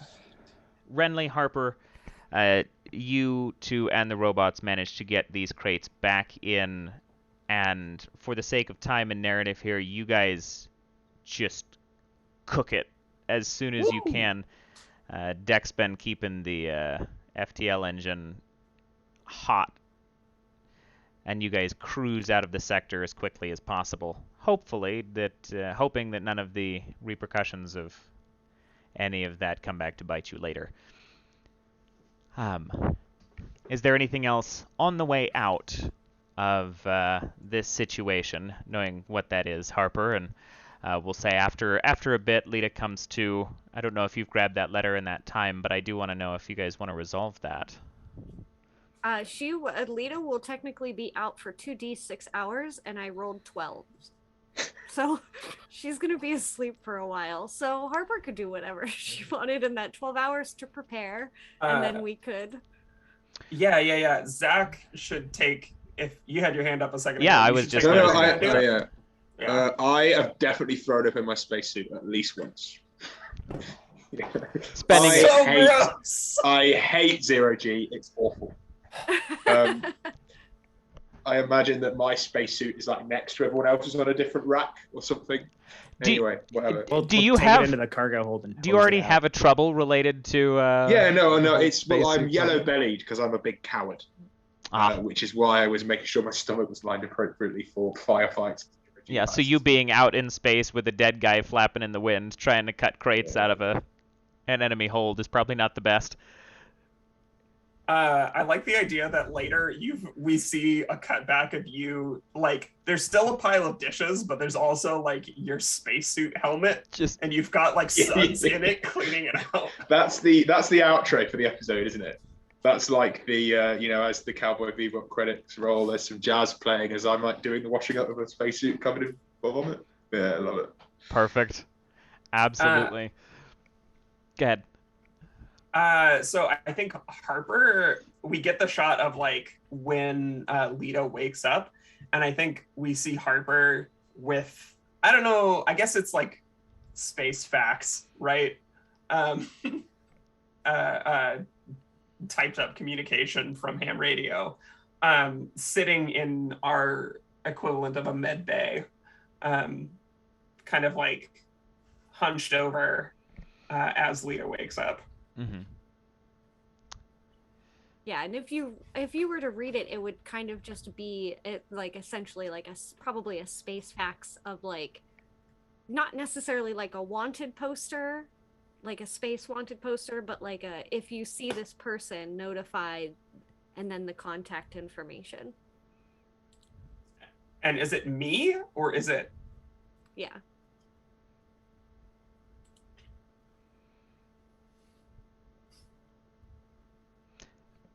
Okay, so just to confirm here then, your ex-wife sent you a wanted picture of you. In my head, it's more like a not necessarily a letter. Lita probably would have said like a letter in panic, but like it's more like a like an all points bulletin sent out to like various places. Like if you see this person, notify this person with like contact information. So as Lita found it, she probably just snatched it and like shoved it in a bag in an attempt to like, but didn't say anything. I want to dig into this. Is it negatively or positively connotated in any way in the way that it's designed?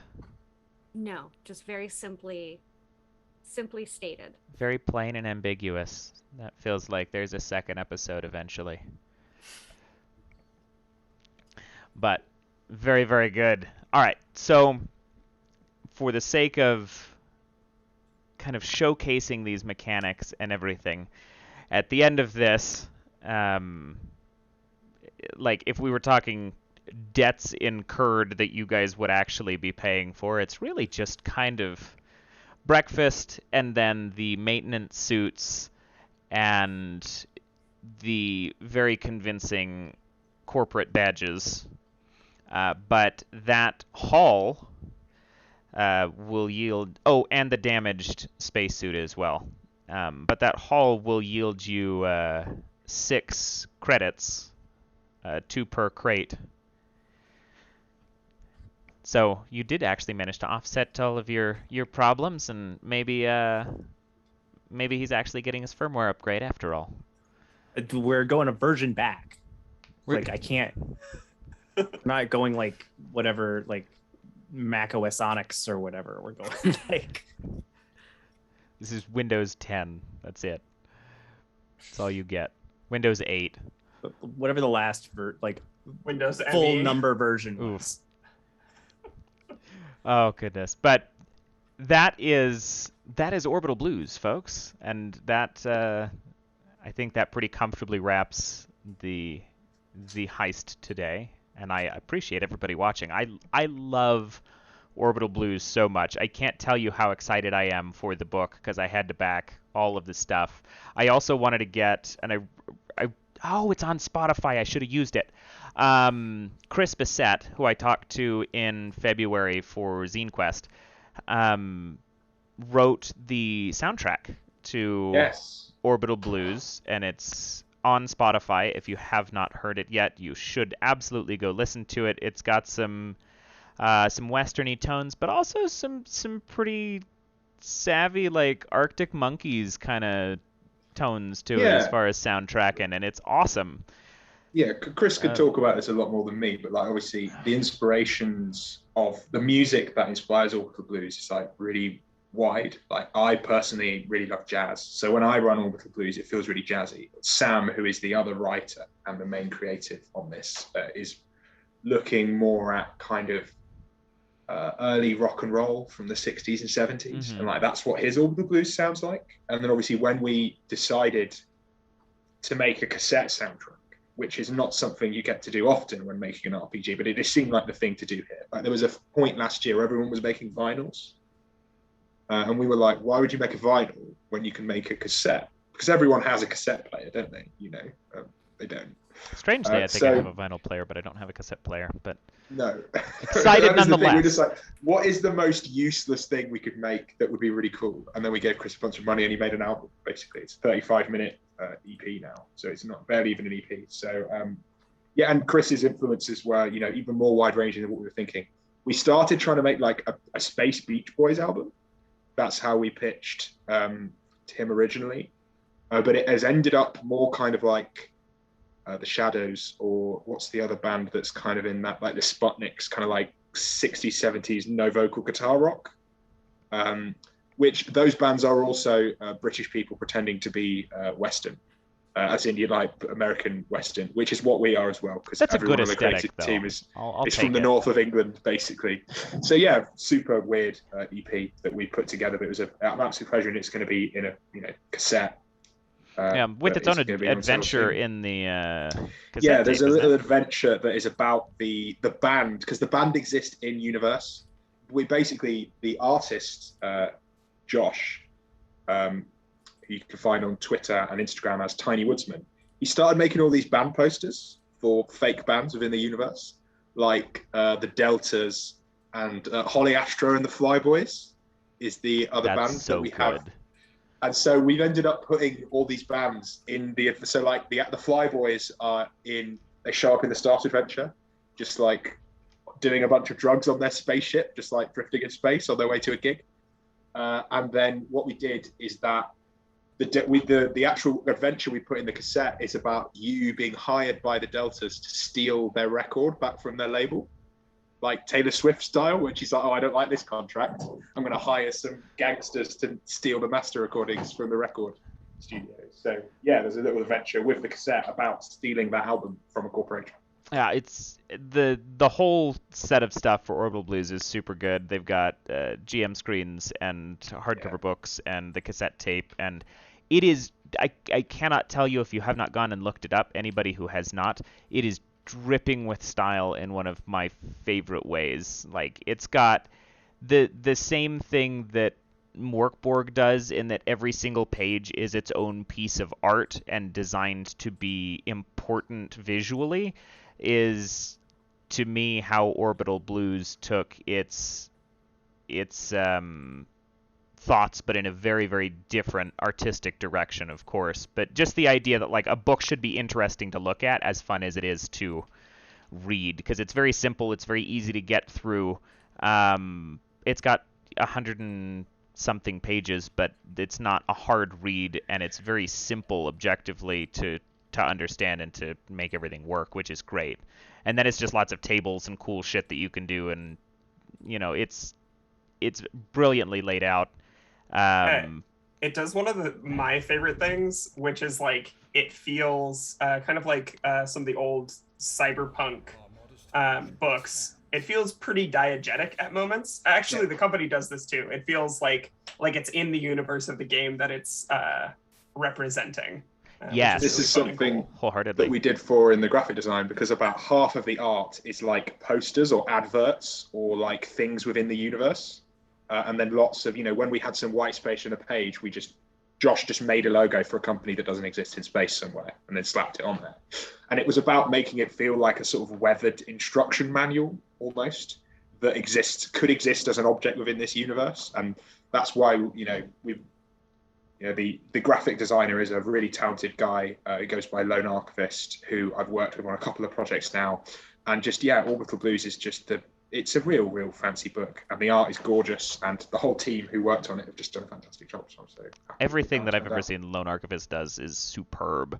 Yeah, it's so good. I hate talented people. It's horrible. I just turn up and write things occasionally. So it's great to have a team of such talented people. Yeah. And the writing is good. I think when I was reading through it, the writing is really good in that the infographics, especially where you have the dice set up. I don't know why that stuck out to me, but like here's how you roll things, and then here's the dice, and then just like the red chalk crossouts of like it feels so mundane to look at a mechanic setup and be like, no, I really like the way that's put together. But it's easy to read. I didn't have any questions about like, well, what happens in this scenario in this case, because it's crystal clear in all aspects of its mechanics, and then it's just littered with color so that you know what kind of world you're playing in. So I have all kinds of good thoughts on Orbital Blues. But thank you so much for coming and playing. Absolute pleasure, yeah. It was a blast, and I would love to get you back on eventually for Best Left Buried. And when that hits physical, I need to grab it, and we'll have to go through that too. But if we want to go through outros, just because I don't have a ton of time today to chat, and I apologize, folks, and all of you watching. Usually we have some more discourse at the end of these about game design and such, but we'll start in the same order, and we're going to go clockwise. We're going to start with Logan this time. That way we can end with Zach and anything that he wants to plug, because we're playing his game. But yeah. Logan, kick us off. For sure. I'm Logan Dean. I wrote and co-created the company, Corporate Survival Horror. We have a new book, the Conflict Resolution Guidelines, that is about to go live. It's available digitally, Kickstarter. Oh, it's gorgeous. Backers should be seeing those in the mail pretty soon. You can find me on Twitter at L__Dean. And all my games are at mega-corp.itch.io. I said that correctly, right? Like IO, itch.io. I think it's IO. Yeah. I don't think it matters. IO. That's me. I don't have the order. Was it you? That would be Chrissy next. There it Just is. kidding. I know what I'm doing. Hi guys. I'm Chrissy Critz. You can find me all over the internet at Chrissy Critz. You can find me all over TPK and various things, especially during Module Week. Coming up, we have Madness Calls It Forth, our City of Mist campaign, which Legendary Vermin is also with me in. And listen, if you are not familiar with what Proper Nerdy is doing with all of our characters and the hints and all of the things, he's just bringing the heat, so you should definitely follow it. We also have Oath Sworn. I have to enunciate that appropriately, because if I don't, it sounds like I'm saying Oats Warm. And then Tyranny of Dragons. So there's a whole bunch of stuff popping off. So definitely check out the schedule. Join our Discord. Come say hello. My last little bit is that I am also one of Jasper's Game Day 2022 ambassadors. So please go check them out. Support them. Give them a follow on all of the social medias, and all the good stuff there. They do a lot of education, awareness, and advocacy for suicide awareness. So that's me. All right. Good. I am the Legendary Vermin. You can find me as Legendary Vermin on all the places on the internet that matter. That is, of course, Itch, Twitch, and Twitter. I have a bunch of games coming up. I'm in Madness Calls It Forth on next Monday. I will be back here in a week for the final episode of this season of Top Shelf, where we'll be playing DungeonDelvers.tv by Keegan EXE. Then on Tuesday before Thanksgiving, I will be in a D&D one-shot called The Heat of Loss, The Breeze of Hope. I will be putting on very fancy skeleton makeup for that. And then the Wednesday before Thanksgiving, I will be donning even more outrageous makeup for Hubris of Man, which is our alien role-playing game campaign. So if you just need to remember those things off the top of your head, go to legendaryvermin.com/live. Finally, you can find the games that I make on itch.io. My biggest and most recent thing that I've released is, or just my biggest thing that I've released is Alley Oop. It's a game where you play as a whole basketball team all at once, and you have basketball-related adventures and shenanigans. And I'll pass it over to Jelly Muppet. Okay, cool. Yeah, my name is Zach. I am Jelly Muppet on the parts of the internet that I am on. I run a company called Soul Muppet Publishing, which makes role-playing games of various types and denominations. The two most famous things that I'm known for are co-writing Orbital Blues, which is the Sad Cowboy game that we were just playing, and also Best Left Buried, which is a fantasy horror dungeoneering RPG about how horrible dungeoneering would be if you had to do it in real life.